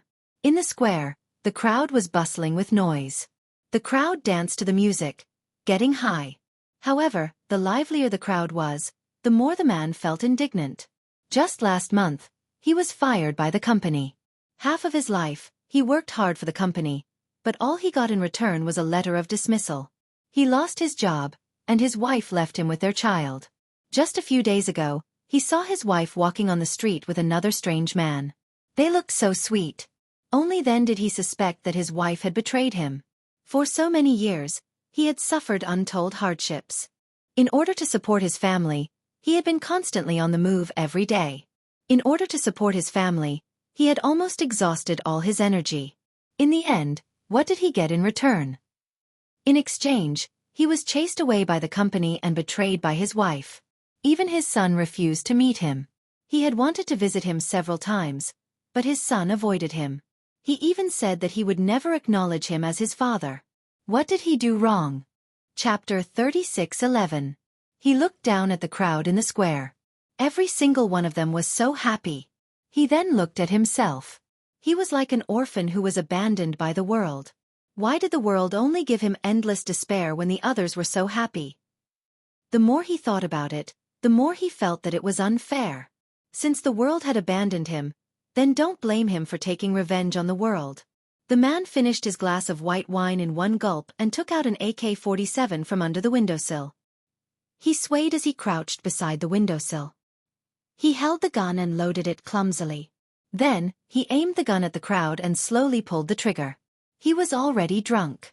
However, he did not need to aim in front of so many people. Every single one of them was worth it. Even if he died, he would not have lived in vain with so many people accompanying him to the grave. Suddenly, the man laughed arrogantly. Da da da da. He pulled the trigger and fired wildly at the crowd. In the square, Gu Jinglian suddenly heard gunshots. He looked towards the direction of the sound. The square was too big, and the music on the stage was still loud. Therefore, he could not tell where the gunshots came from. Gunshots? Why were there gunshots? He could not have heard wrongly. Those were gunshots. Chu Ho also heard the gunshots that were almost drowned out by the noise. Based on the sound, it should be an AK-47. Someone was shooting at the crowd. Some of the people in the square suddenly screamed in fear. However, These screams were drowned out by the cheering crowd. The singer on the stage still did not realize what was going on. He was still sweating profusely as he held the microphone and performed with all his might. Most of the people in the crowd did not realize that the Grim Reaper was quietly approaching. Therefore, everyone was immersed in the music. The sound manipulator also realized that something was wrong. He received a radio message saying that someone was shooting at the crowd and asked for the music to be stopped immediately. The sound manipulator immediately stopped the music. The staff went on stage and covered the singer as he left the stage. The music suddenly stopped. Da-da-da. Gunshots were heard not far away. It was very obvious. It's gunshots. What's going on? Ah, run. It's a terrorist attack. Someone is shooting at the crowd. Run. Some people were hit by bullets. Some bullets pierced through their heads, some pierced through their shoulders, and some pierced through their chests. For a moment, the huge square was shrouded in blood and darkness. Seeing that their companions were injured, many people were so frightened that they screamed and cried. Help! Someone's injured. Call an ambulance. However, at this time, most people were focused on running for their lives. How could they care about others? The crowd frantically rushed towards the exit. Many people who were shot and fell to the ground were once again trampled by the frenzied crowd. Some who were still breathing were directly trampled to death. Some were running for their lives, while others were crying. For a moment, the scene was chaotic and chaotic. Yu Yu's eyes flashed with astonishment when he heard the gunshot, too. Someone opened fire? Chu Ho turned to look at Gu Jinglian. Get out of here. She immediately crouched down and carried Yu Yu. Gu Jinglian carried Xiao Bao and held Lin Shi's hand as they ran towards the exit of the square. Crouch down. Gu Jinglian ordered Chu Ho. Chapter 36:12. At this moment, Yu Yu suddenly thought of Yun Shirshir. She and Mu Yaja were still at the square. No. They were in danger. Yu Yu started to struggle. Let go of me. Gu Jinglian said angrily. Are you crazy? Do you want to die? Let go of me. Yu Yu said to Chu Ho. I want to go back. Chu Ho did not allow him to struggle and hugged him even tighter. It's too dangerous to go back. Quickly leave this place. Yu Yu said coldly. I don't need you to care about me. Let go of me. Let go. Impossible. Chu Ho had a strong sense of justice. No matter what, Yu Yu was just a child. She could not leave a child in such a dangerous place. Yu Yu grabbed her collar tightly. I said let go of me. You don't have to be responsible for my life or death. As he said that, he kicked Chu Ho hard. Chu Ho felt the pain and almost fell down. This was a rare opportunity. Yu Yu broke free from her grip and ran towards the crowd after regaining his senses. Chu Ho turned around in shock. She could not believe it. Usually, a child in this situation, like Xiao Bao, would have panicked and run away. He would be so scared that he would hide in an adult's arms and tremble in fear. Even someone as calm as Lin, she would obediently hold Gu Jinglian's hand and go with the flow. However, this child insisted on walking into the crowd. Did he not know that the gunman was lying in ambush in some corner and was shooting randomly at the crowd? The more people there were, the more dangerous it was. There was a possibility of being shot at any time. Moreover, bullets did not have eyes. No one knew how many bullets the shooter had in his hands. In such a big square, there were so many people. Everyone was a live target. It was obvious that this was a terrorist attack. There was no premeditated plan or target. It was purely for venting and revenge. Going back would be suicide. Gu Jinglian said coldly. Don't bother about him. No one could stop a person who wanted to die. When he returned to the crowd, Yu Yu scanned the crowd with his eyes. However, his height was limited. Just maintaining the center of the crowd and not being knocked down by the people running away in a panic was already exhausting. He looked around anxiously as he avoided the crowd. Just as he was about to shout, "Mom!" his voice stopped abruptly. In his subjective consciousness, he was unwilling to be called this name. But now if he didn't call them that, how would he find them and meet up with them? Where are they? Are they still in the square? No way. They must be looking for him everywhere. They must still be here. Yu Yu couldn't care less anymore. She shouted at the top of her lungs. Mommy! Daddy! Where are you? He was like a small boat, desperately going against the flow of people, running towards the center of the square. Mommy. Daddy. He turned around and searched every face. Suddenly, he saw a familiar figure. He rushed forward and grabbed the hem of that person's shirt. Mommy! The woman turned around, but her face was covered in blood. She pushed his hand away almost instantly and ran towards the exit, following the flow of people. It wasn't her. Then where could she be? Yu was even more flustered. He continued to go against the flow of people. Mommy. Mommy. Gradually, his voice sounded like he was about to cry. He looked around helplessly. The lights on the stage were off. The square was plunged into a deathly silence. Chapter 36:13. Mommy. Yu kept searching in the crowd. He did not dare to look in one direction as he was afraid that he would miss something. However, just as he was looking deeper into the crowd, he heard gunshots. Not far away, the gunmen were still hiding in the dark and kept shooting at the crowd. Swoosh! Yu felt the bullet graze his hair. In the next second, an endless amount of hot blood suddenly splashed onto his face. The bullet mercilessly pierced the neck of a woman beside him. The woman fell to the ground. Yu was standing beside her. His warm body pressed her under him. Ah! Yu was shocked. He felt the world spinning around him. He could only feel a heavy body pressing on top of him. He tried to push her away, but the woman's body gradually turned cold. When he pushed her, her head flipped over, revealing a pair of empty and withered eyes. Because it was too sudden, she was hit all of a sudden. She even maintained a panicked expression on her face as she fled. There was no sign of life. Her face was as white as a sheet of paper. Her dark eyes were like an endless abyss that could swallow him up at any time. There was a bloody hole on her neck. The bullet had penetrated her neck and there was an explosive wound. The hot blood kept flowing on his body. It was sticky, warm, and smelled fishy. Yu was so scared that he could not speak. It was not that he had never seen a dead person, but he had never been so close to a corpse. He could even see from the woman's eyes how helpless, hesitant, perplexed, and uneasy she was before she died. Yu struggled for a while, but due to the difference in strength, he could not push the corpse away. He was gradually out of breath. Mommy! He was extremely anxious. He was worried that Yun Shirshir and Mu Yaja would meet with mishap during this time. He did not know how long the shooting would last. He also did not know how many bullets the killer hiding in the dark had. He only knew that the crowd in the square retreated like locusts and stepped on his hand from time to time. Yu curled up into a ball and used all his strength to push the corpse away. He stood up shakily. Yu suddenly could not hear anything in the midst of such a chaotic crowd. It was as if the line of death was stretched out in his ears. Beep! Beep! He turned around and looked around again. He looked at every face that was filled with fear and uneasiness. From time to time, someone would fall and never stand up again. It was like purgatory on earth. He did not know why, but there was an inexplicable sense of guilt in his heart. She was dead. She was killed by a gunshot. Yu lowered his head to look at his hands. Clenching them tightly, he dashed into the crowd again. Mommy! Yu!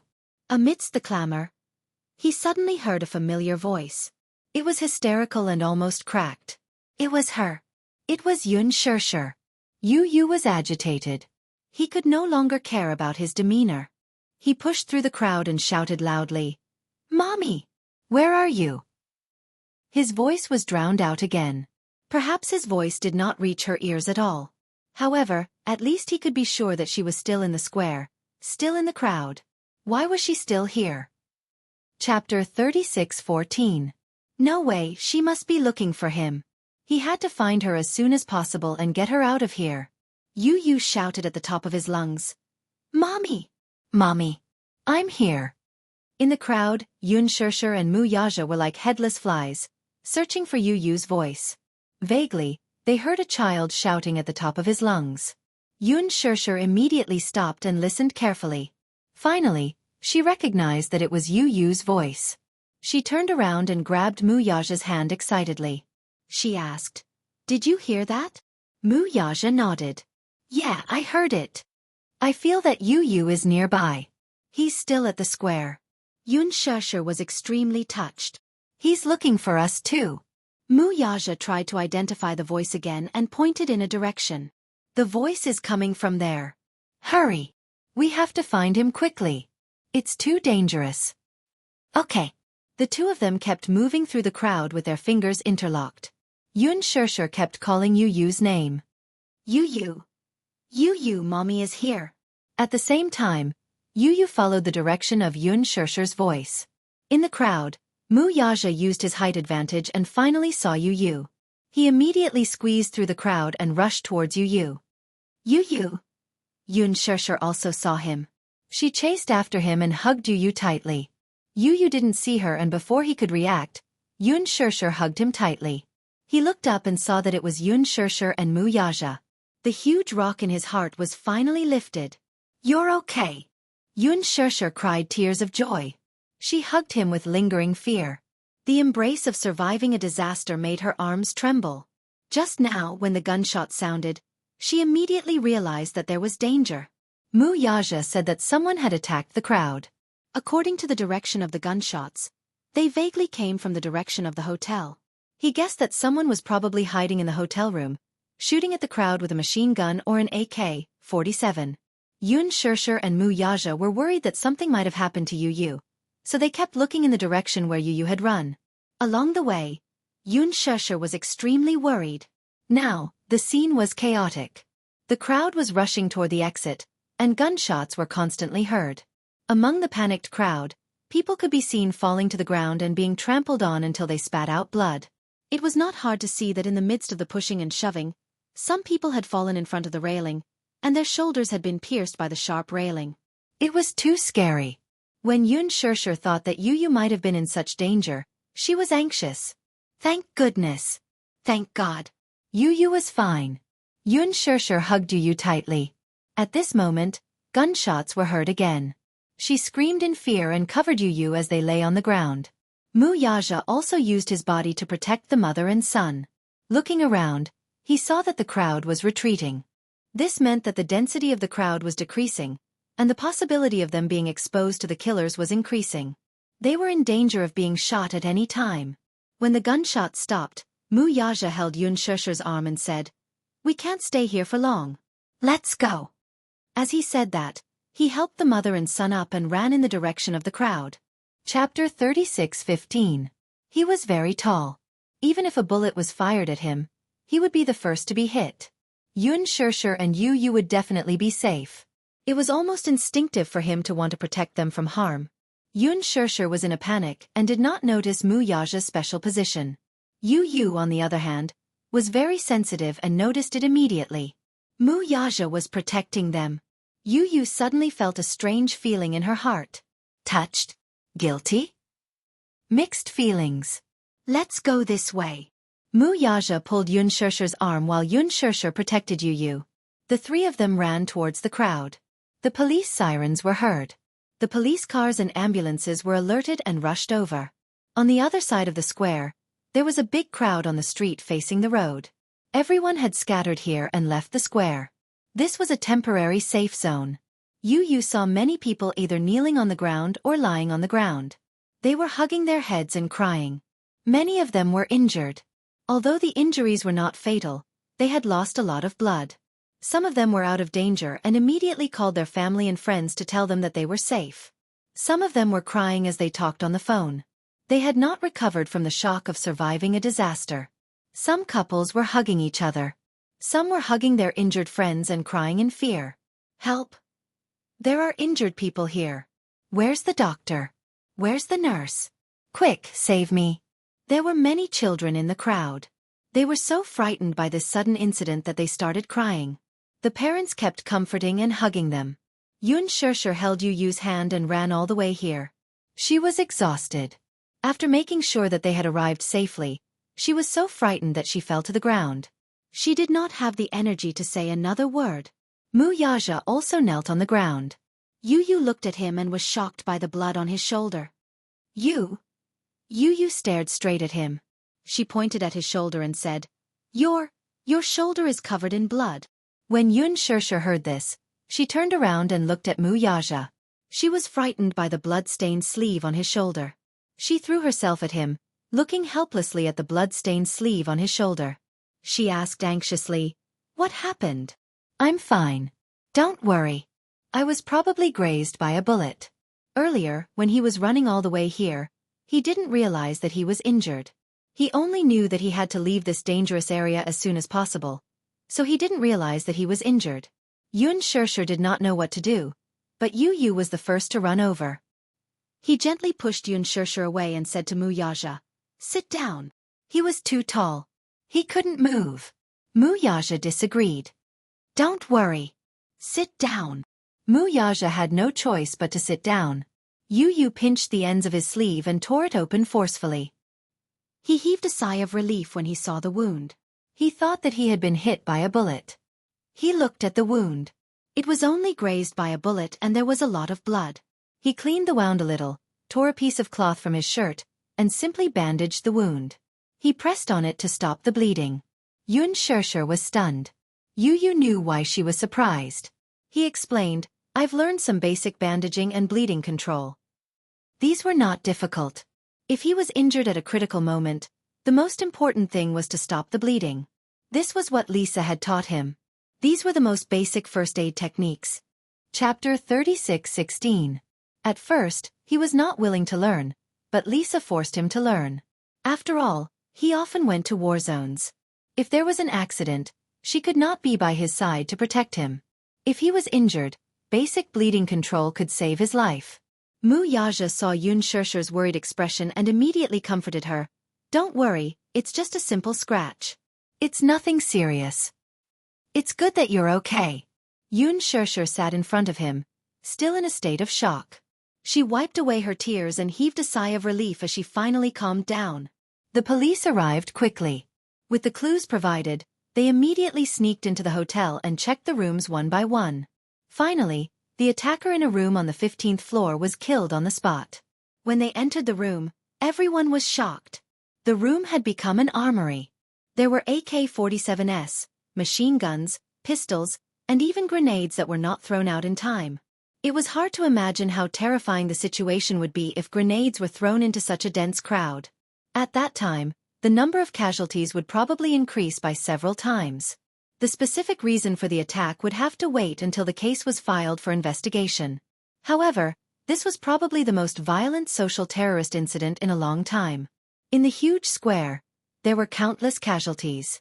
Preliminary estimates put the number of casualties in the hundreds. In the past, there had never been such a bad public security incident.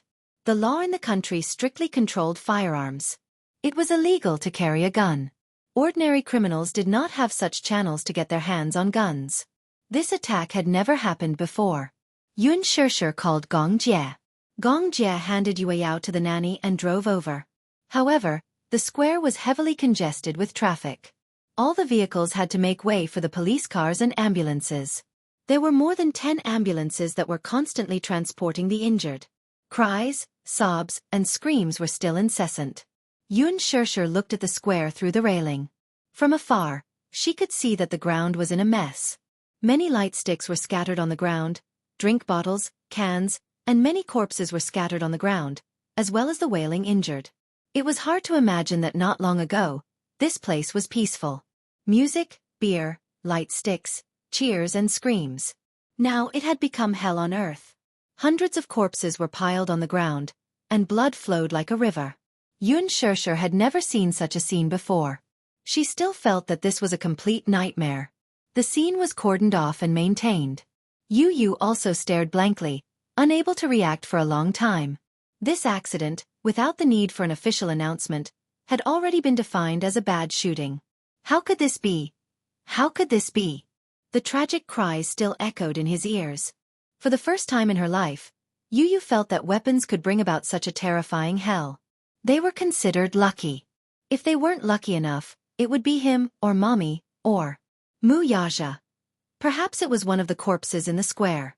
For the first time in his life, he hated guns. This was something that could only bring death. In her mind, she suddenly recalled the words he had said in the past. "I want all the wars in this world to end because of me, and to be born because of me." But what was before them was war. However, after experiencing death for themselves, Perhaps only then did they realize how terrifying death and war were. Chapter 36:17. Gong Jie finally arrived at the scene. When Yun Shishir saw him, she walked over and said to Gong Jie, "Xiao Jie, your brother-in-law is injured. Hurry up and send him to the hospital." "What's going on?" Gong Jie did not know what had happened. When he arrived, he saw Yu standing alone at the side, looking at the cordoned-off square. Her back view looked lonely and bleak. Yun Shishir was guarding Mu Yaja. Not long ago, someone was shooting at the square with a gun. There were many casualties. Gong Jie questioned, "Where's the ambulance? I saw many ambulances coming here." Yun Shishir shook her head and said, "There are too many injured people. Those who are seriously injured take priority." Mu Yaja was only grazed, so the ambulance only bandaged him. Yun Shishir was extremely anxious. Even though Mu Yaja kept comforting her, saying that it was just a small injury and that it was not a big deal. But she was very anxious. Gong Jie checked Mu Yaja's injury. It was indeed a small injury. Once the bleeding stopped, it would not be a big deal. A graze from a bullet would not leave any scars. He also said, "Shishir, don't worry too much. I've taken a look. It's really a small injury." Seeing that Gong Jie also said so, Yun Shishir was relieved.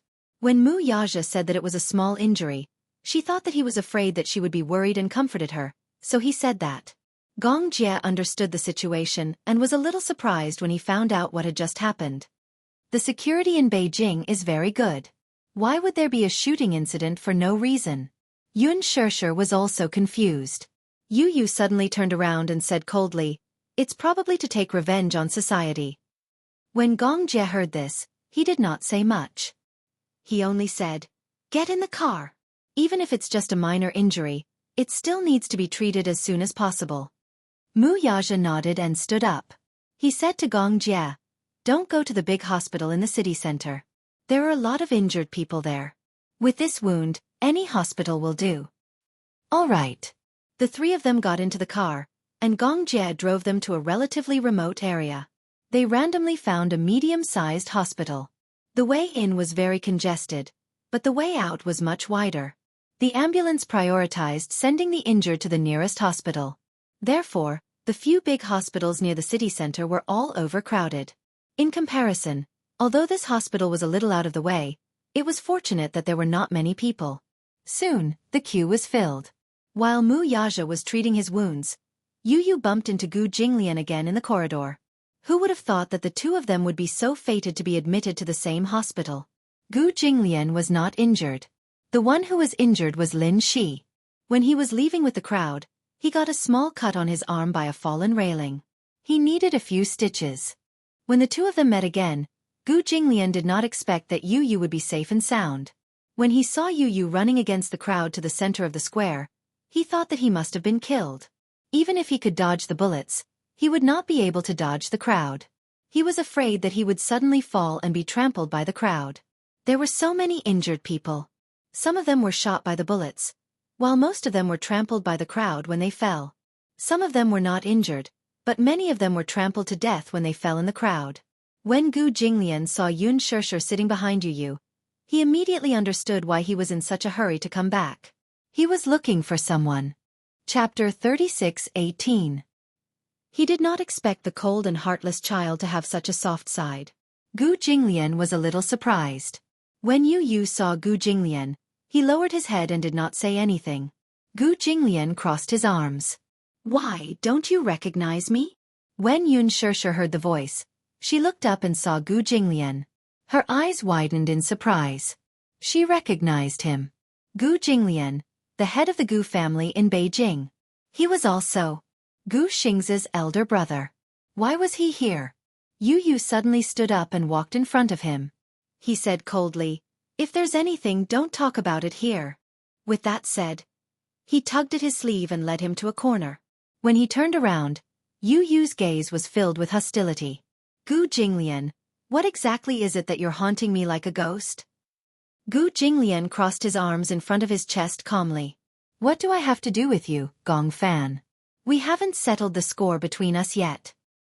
"What score?" "The matter in North Africa is not something that can be forgotten so easily." Gu Jinglian said expressionlessly. Werther is the core of the Gu family in North Africa. You used those despicable methods to take it away from me. How are we going to settle this score? Despicable? You did not think much of it. He said faintly. Gu Jinglian, don't make yourself sound so noble. I don't need to mention how you got that piece of land in Werther, right? That piece of land in Werther used to belong to Hurricane. In order to get that piece of land, the Gu family did not necessarily use honorable methods. Now, he was saying that he was despicable? So what? He only looked at the results and did not ask about the process. Gu Jinglian sized him up silently. Suddenly he squatted in front of him and said slowly, I have to say, you're really impressive to have such skills at such a young age. However, I did lose the matter in North Africa. I have no objections. However, I hope that you won't go against me in the future. He paused for a moment and said with some difficulty, After all, you're just a child. If I'm too harsh on you, I'll be going too far. The boy's lips curled into a smile when he heard that. I also hope that you won't go against me. Otherwise, I will also feel very embarrassed to have you suffer so much. The two of them had similar auras, so it was difficult to determine who was superior. Gu Jinglian's thin lips twitched slightly. The capital city had always been a place of strife, and there had never been a lack of open and veiled struggles. However, since Mu Yaja married Yun Shirshir, withdrew from the strife, and focused on his family, the Shengyu Financial Group's aggressive expansion had also been restrained a little. Without such a strong opponent, Gu Jinglian could not help but feel bored. Still, with a powerful up-and-coming talent like Yun Tianyu around, it would not be too boring for her. Gu Jinglian stood up, touched his head provocatively, and turned to leave. Yu watched his back coldly and returned to Yun Shirshir's side. At this time, Mu Yaja's wound had been treated. Seeing him appear out of nowhere, he asked suspiciously, Where did you go just now? Yu turned his face away and did not say a word.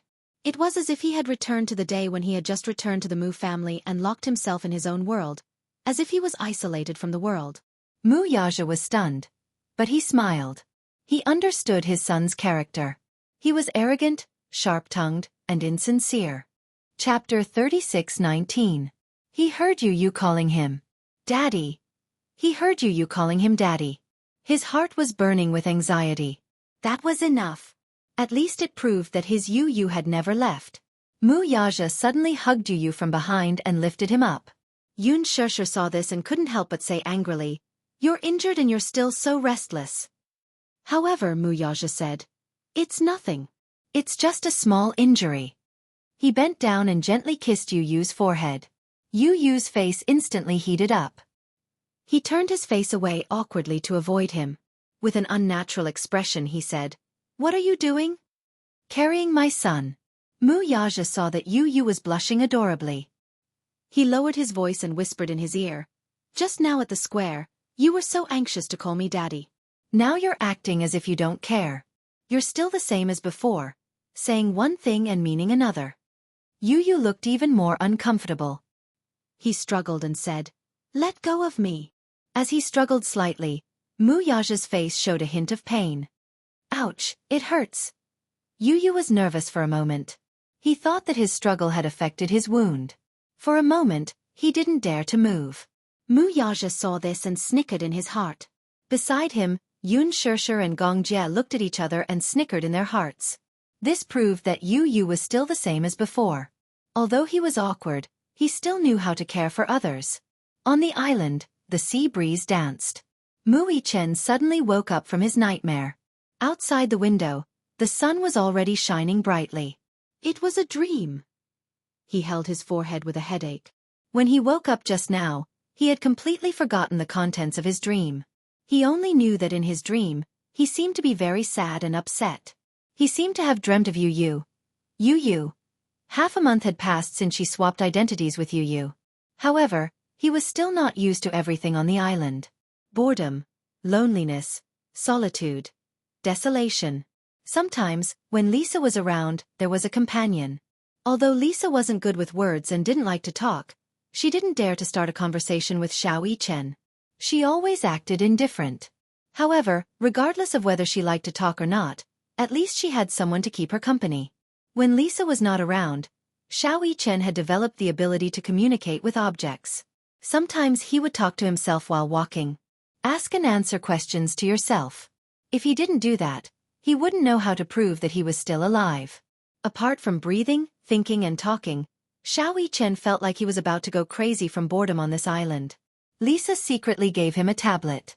With the tablet, when Xiao Yichen was bored, he would play games on the tablet to pass the time.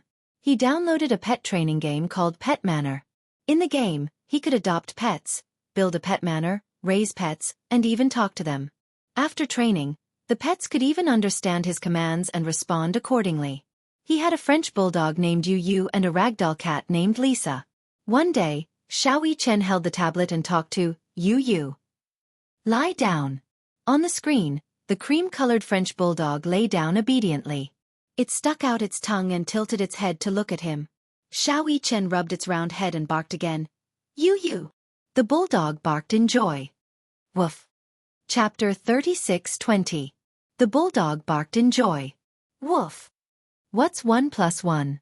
The bulldog hesitated for a few seconds and barked a few times. Xiao Yichen continued, What's 3 plus 9 to 4 plus 15 to 80 plus 2?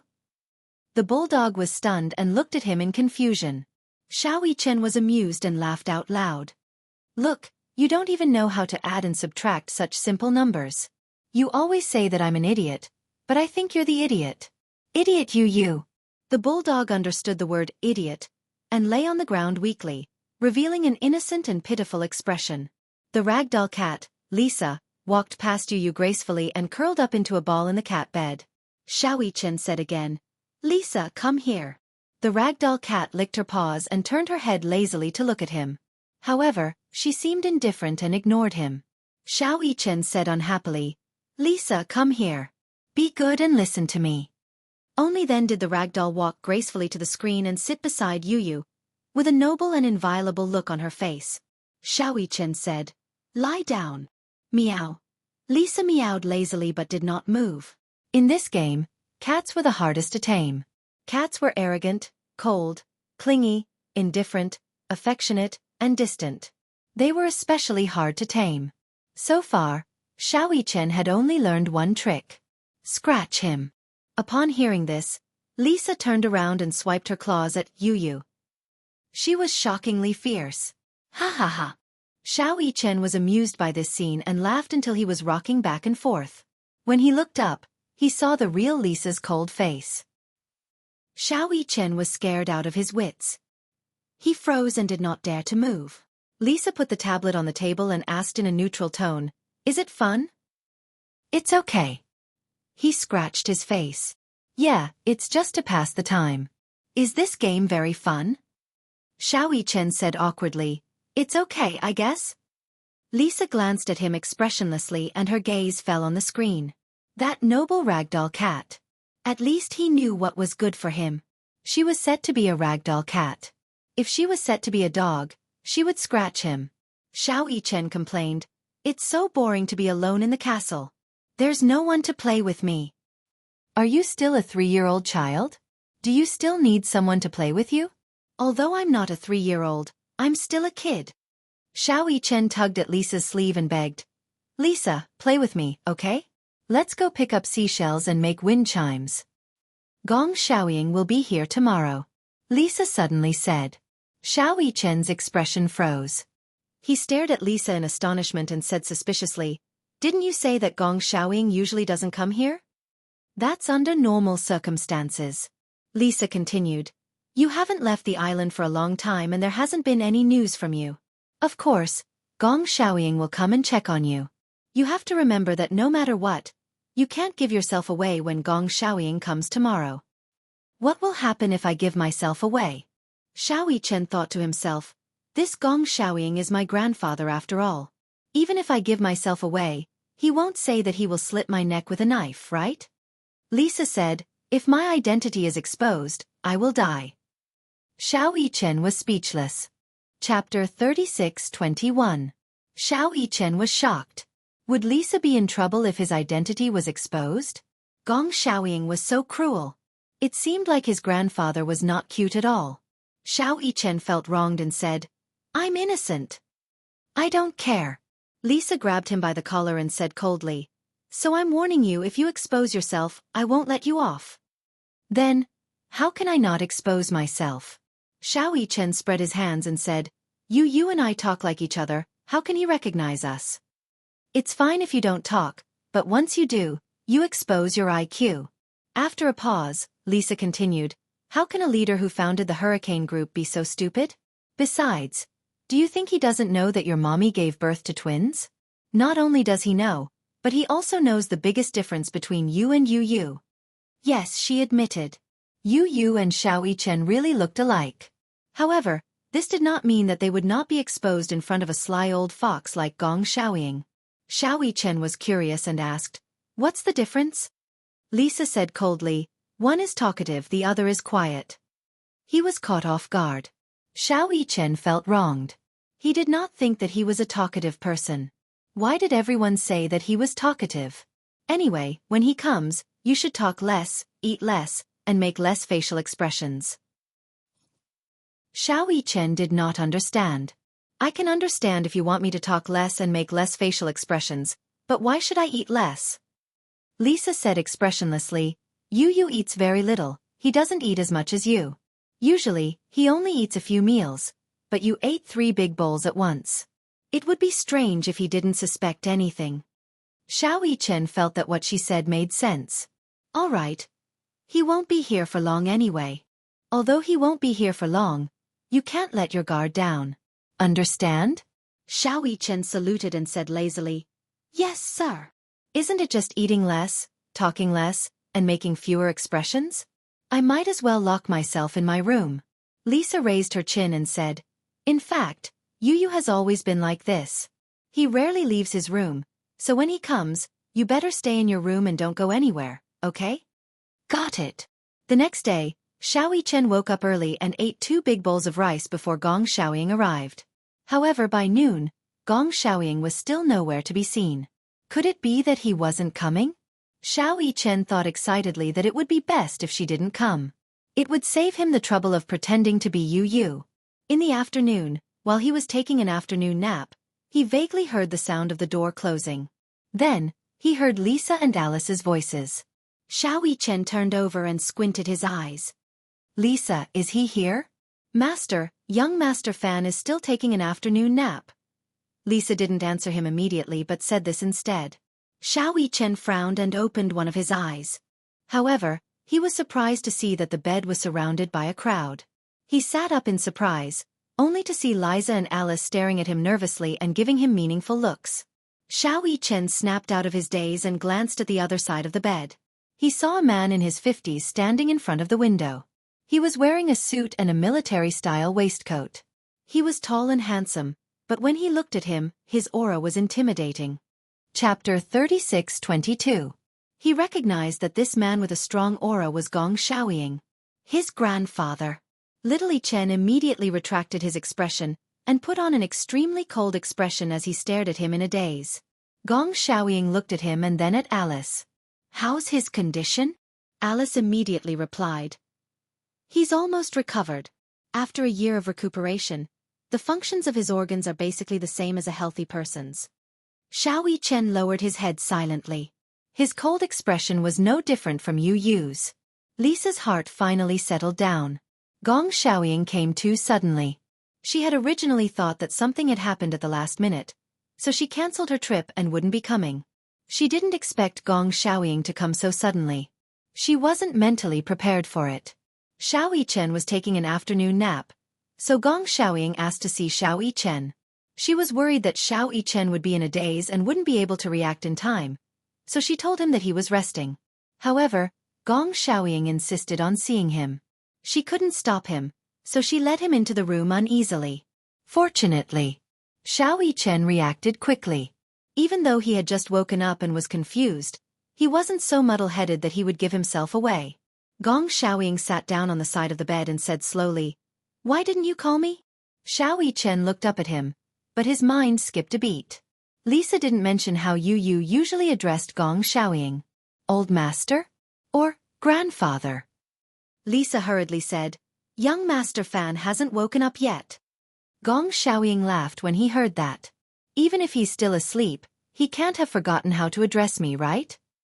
Xiao Yichen's heart suddenly felt uneasy. In the Gong family, etiquette was very important.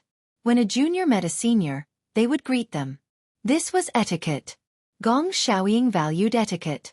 Even the arrogant Gong Jie would have to greet his elders respectfully when he returned to Gong Xiaoying. There was a clear distinction between seniority and inferiority. Xiao Yichen glanced at Lisa and noticed that she was clenching her fists nervously. For a moment, he also felt uneasy. "Outer," he called out tentatively while cautiously looking at Lisa to observe her expression. Seeing that Lisa did not express any strange attitude, he knew that calling him Grandpa was the right thing to do. "Grandfather," he called out in a low voice. Gong Xiaoying smiled in satisfaction. He patted his head and asked gently, "Are you still asleep?" Xiao Yichen lowered his head and nodded lightly. Gong Xiaoying smiled and said, "Sleep a little longer." When Xiao Yichen heard that, he felt as if he had been granted amnesty and fell straight onto the bed. He wished that he could avoid having to deal with Gong Xiaoying. It was simply a blessing that he could continue sleeping. This way, he would not have to rack his brains to think of a way to not expose himself. Gong Xiaoying lowered his body and covered him with the blanket. Then, he stood up and walked out of the room. Before Lisa left, she whispered in his ear, "Yu is very respectful to old master. You must not give yourself away." "Okay." Lisa then left with a peace of mind. Xiao Yichen lay in bed until night time. When it was dinner time, he could no longer escape. Xiao Yichen then left the room and walked into the dining room. At that moment, everyone was seated at the table, including Gong Xiaoying. Chapter 36-23. However, he pretended to be calm as he walked to the table and sat down. He picked up his cutlery and buried his head in his food. Gong Xiaoying suddenly put down his cutlery and asked, "Some time ago, you took over Werther's piece of land. I didn't expect you to be able to take it back from Gu Jinglian. You're not simple." Xiao Yichen was stunned but didn't say anything. Gong Xiaoying continued, "The factories on that piece of land will probably all be leveled soon.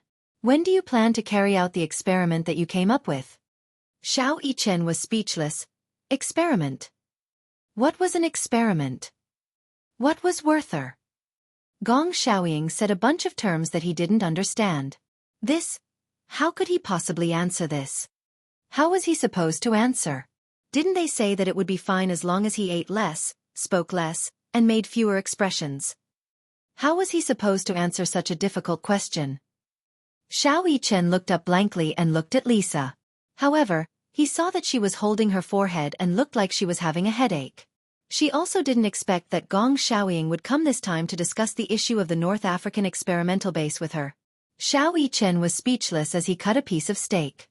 He took a bite and swallowed it with difficulty. Seeing that Gong Xiaoying was staring at him, he elegantly wiped his mouth with a wet towel and said calmly, "I don't have any leads yet." Gong Xiaoying was speechless. Lisa was speechless. Alice choked on her dry red wine. Gong Xiaoying said suspiciously, "You were the one who suggested this experimental base. How can you say that you don't have any leads?" Xiao Yichen's expression didn't change, but his back kept breaking out in cold sweat. Alice was worried that the matter would be exposed and quickly poked her head with her finger. When Xiao Yichen saw this, he instantly realized that Alice must be hinting at something. But what did she mean by poking her head? Xiao Yichen also poked his own head and suddenly said, "Is there something wrong with your head?" Alice raised her head in shock and stared at him in horror. Lisa's eyes were wide open. She did not expect Xiao Yichen's comprehension ability to be so terrible. Gong Xiaoying was also stunned. What? What did he mean by there was something wrong with his brain? Alice face-bombed, looking like she was having a headache. When Xiao Yichen saw this, he finally understood what she meant. He held his forehead and pretended to have a headache. Lisa immediately stood up and pretended to be worried as she walked over to his side and held his shoulder. "Young Master Fan, does your head hurt again?" "It hurts." Xiao Yichen pretended to be patient and took a deep breath. "My head hurts." Lisa immediately looked at Alice worriedly. The latter also reacted. "Is it a reaction to the drug?" Gong Xiaoying looked at them suspiciously. "Headache," Alice explained. "Some drugs will have a backlash effect and some strong side effects. It will stimulate the central nervous system of the brain and cause headaches. She was talking nonsense with a straight face, but Gong Xiaoying actually believed her. Alice and Lisa immediately helped Xiao Yichen up the stairs. When they were halfway up the stairs, Alice could not wait to take him away. She almost carried him away. When they reached the room, Alice asked her assistant to stand guard outside the door while she and Lisa dragged Xiao Yichen into the room. Xiao Yichen turned around and said, "Didn't I tell you not to talk so much? He asked me such a complicated question. How am I supposed to answer him?" Lisa also had a headache and said, "Master is probably here because of the North African experimental base." North African? Experimental base? Experimental base? Chapter 36-24. Xiao Yichen suddenly felt a headache coming on. "I don't even know what the experimental base he's talking about is." Lisa explained, "Not long ago, Yu bought a piece of land in North Africa. He wanted to make use of the favorable environment there to develop an electromagnetic experimental base." Alice suddenly interrupted her. "Lisa, he's been here for so long. Don't tell me you haven't even told him about something as important as the Heavenly Eye Project?" Lisa didn't know what to say for a moment. Xiao Yichen was even more confused. "What's the Heavenly Eye Project?" Alice sat down and immediately began to educate him. The Heavenly Eye Project is a concept proposed by Yu.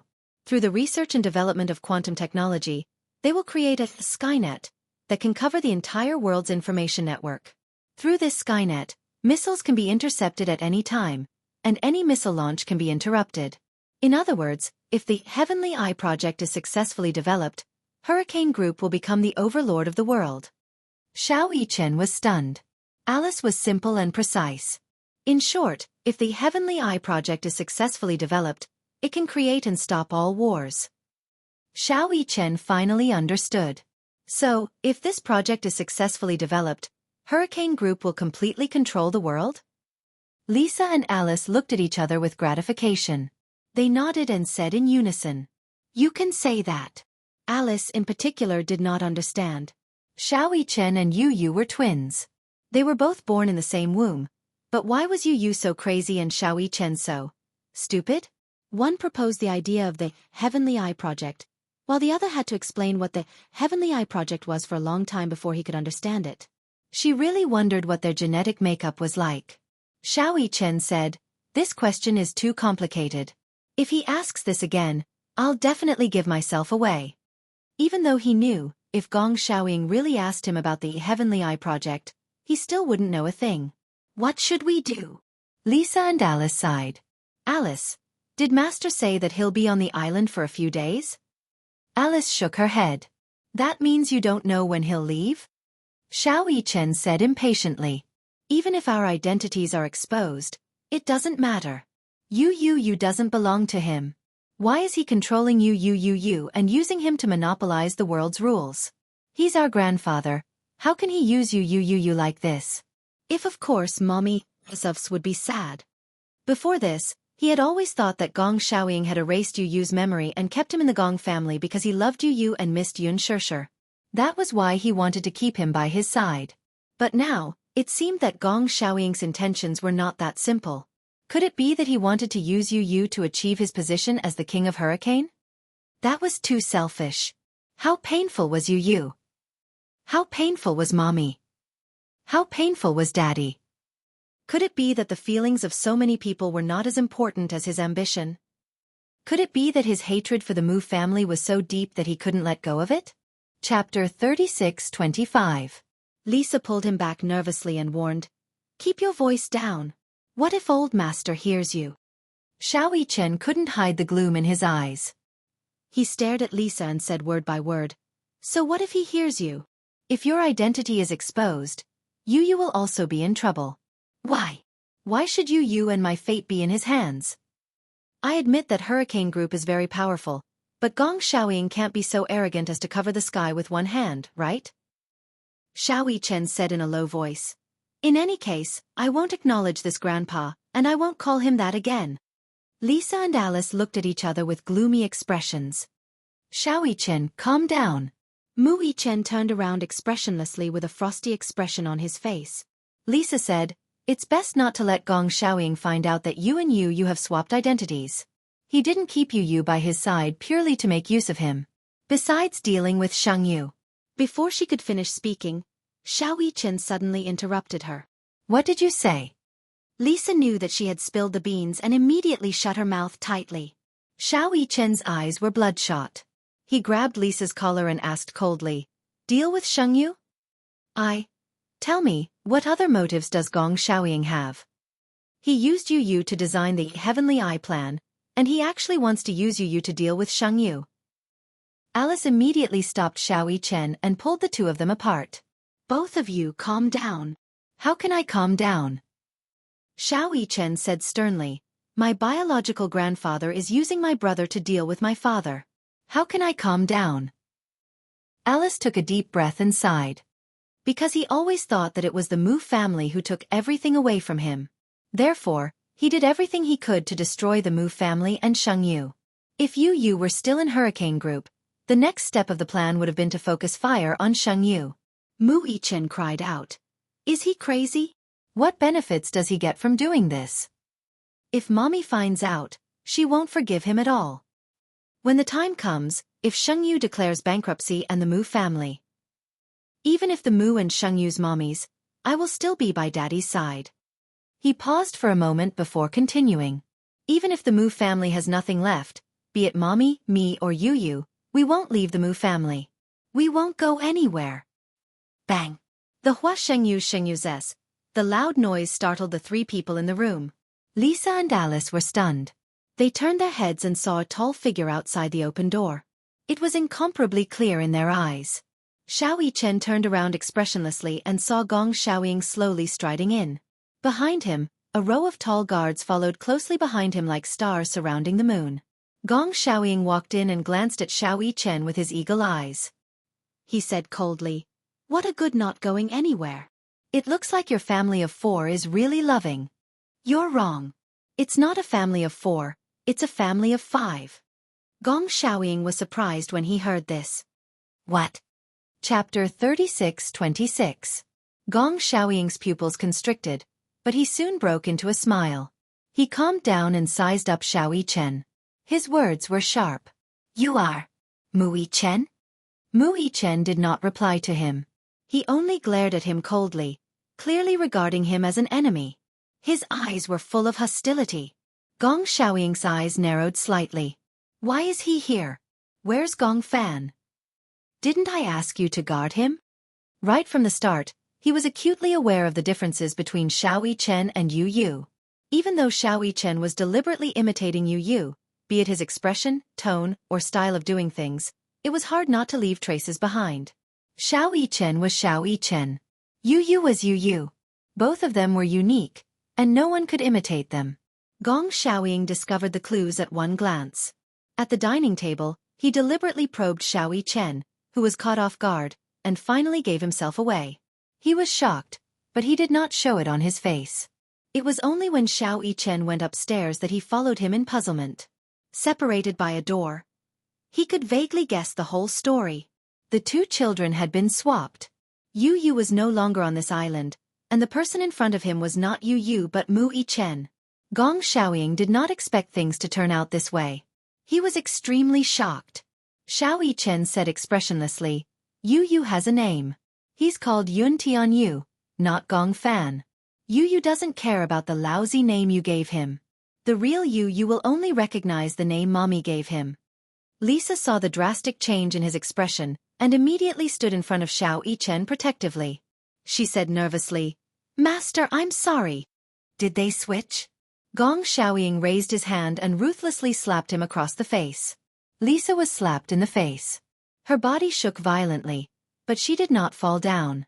She clenched her fists, raised her head, and said through gritted teeth, Master, I'm sorry.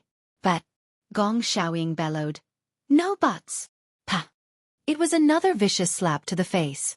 Lisa finally lost her balance and fell to the ground. She covered her burning cheeks, but immediately stood up.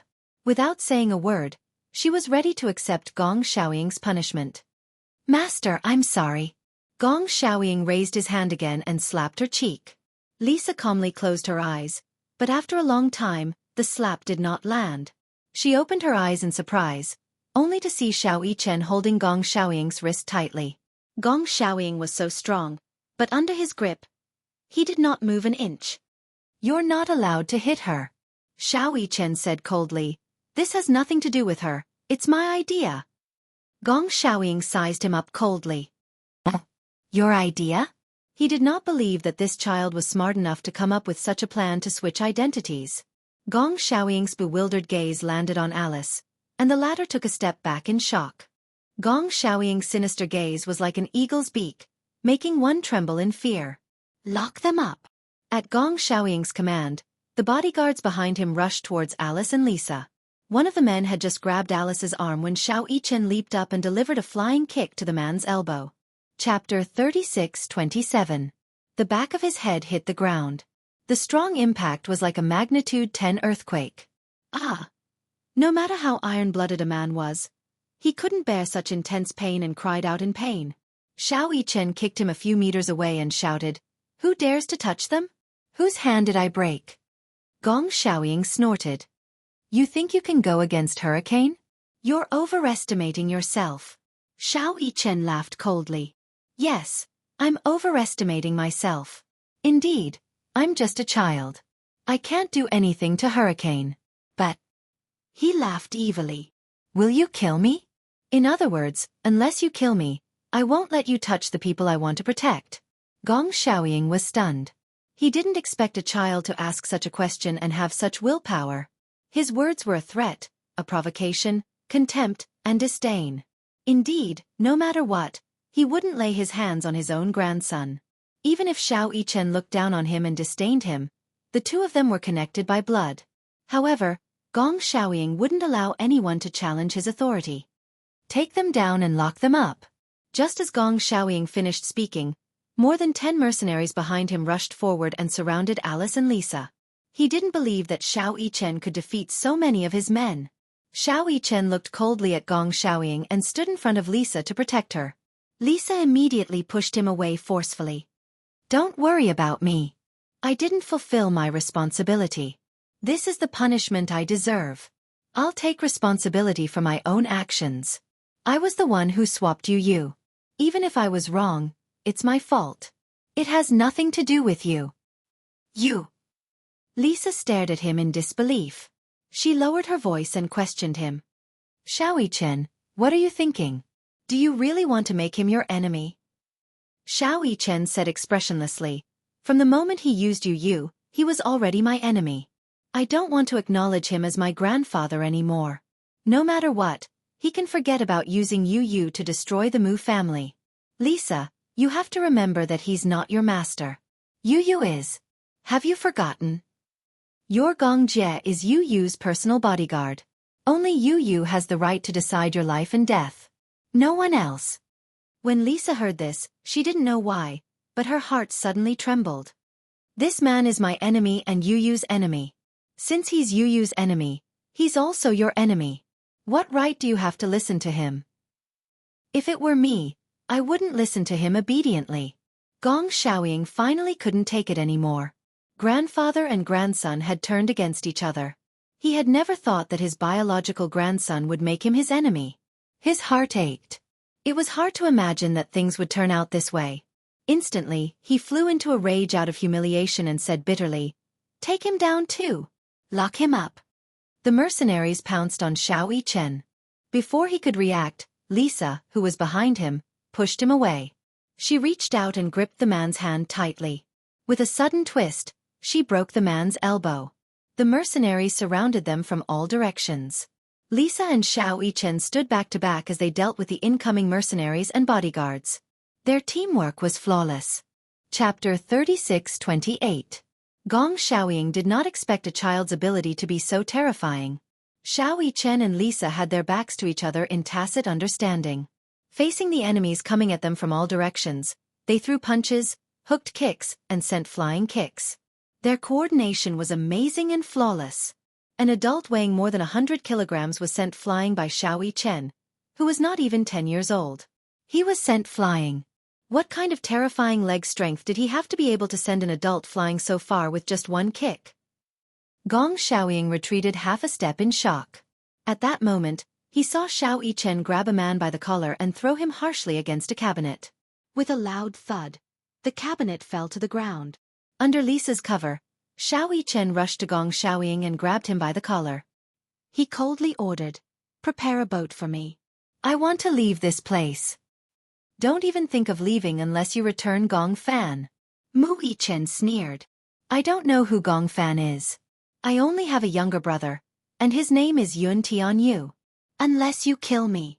Gong Xiaoying arrogantly raised his chin and enunciated each word clearly.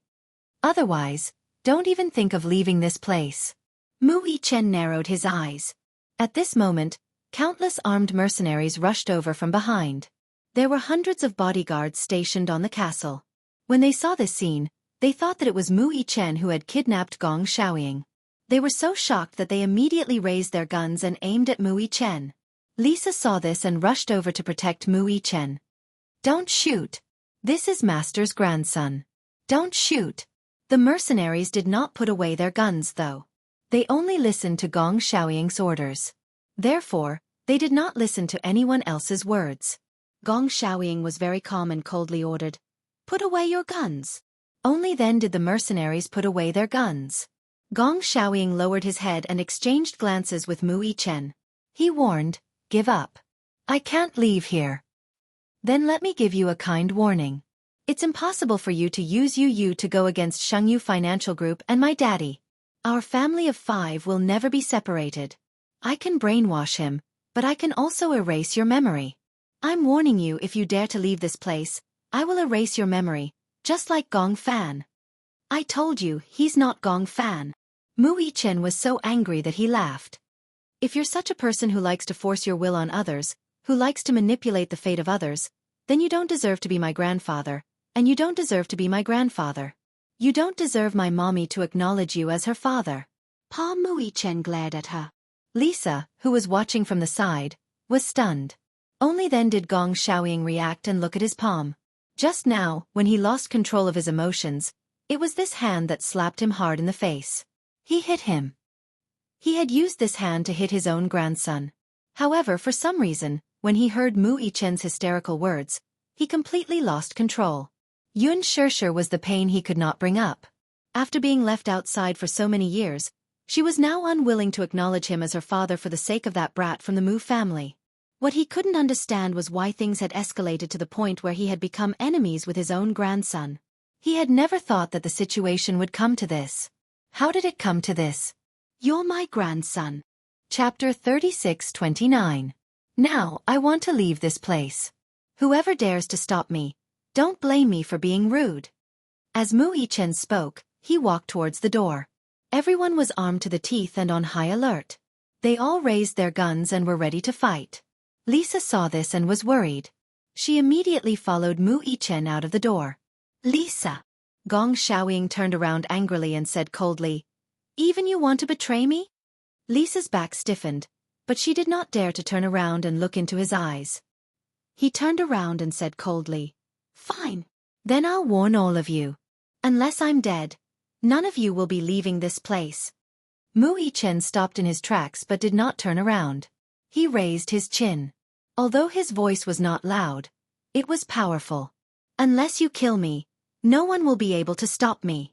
He had inherited Mu Yaja's arrogance. That small back view made Gong Xiaoying feel as though he was looking at Mu Yaja. He was completely enraged and clenched his fists tightly. Both of them were equally insufferably arrogant. One big and one small, they formed 2 terrifying energy fields. Mu Yichen had only taken a few steps when he suddenly felt a strange piercing pain in his back. He turned around in shock and saw a mercenary pointing a gun at him. He touched the place where the pain was coming from and felt a sticky trace of semen. "What is this?" Mu Yichen pursed his lips and looked coldly at Gong Xiaoying. He saw disappointment and indifference in his eyes. His heart had turned completely cold. However, he was not afraid at all. Even if he died, he wanted to leave this place. Mu Yichen's body swayed. He turned around and walked towards the door again. Gong Xiaoying was so stunned that he almost suffocated. Even so, this child did not beg him for anything. Where was he going? Did he really think that he could leave this isolated island just by walking out of this door? Even if he died, he wanted to return to that man's side. Mu-Yi-chen's body swayed slightly as though he was about to fall. He struggled to hold onto the wall and slowly walked towards the door. A strong sense of dizziness engulfed him. His forehead was covered with cold sweat and he looked like he would faint in the next second. Gong Xiaoying looked at his stubborn expression and felt both pain and disappointment. Shoot! No. Lisa was so shocked that her eyes widened. She saw that a mercenary behind Mu-Yi-chen had also raised his gun and aimed at him. She instinctively threw herself in front of Xiao-Yi-chen. With a swoosh, an egg pierced her skin. She groaned and furrowed her eyebrows. Mu-Yi-chen heard her painful voice and furrowed his eyebrows. Before he could turn around, he blacked out and knelt on the ground. He wanted to stand up but Lisa fell into his arms. Lisa Lee! Mu-Yi-chen's gaze froze and he also fell to the ground. In the night, a pair of frightened eyes suddenly opened. Yu sat up from the bed in shock. He instinctively held onto his abdomen where there was still a faint stinging pain. It was so painful, as though he had been shot by a bullet. He dreamt that he was imprisoned in a cage and desperately wanted to escape. However, he was surrounded by countless black shadows. Soon after, he felt that he had been shot many times and woke up from his dream. When he woke up, his back was covered in cold sweat. Chapter 36:30. What was going on?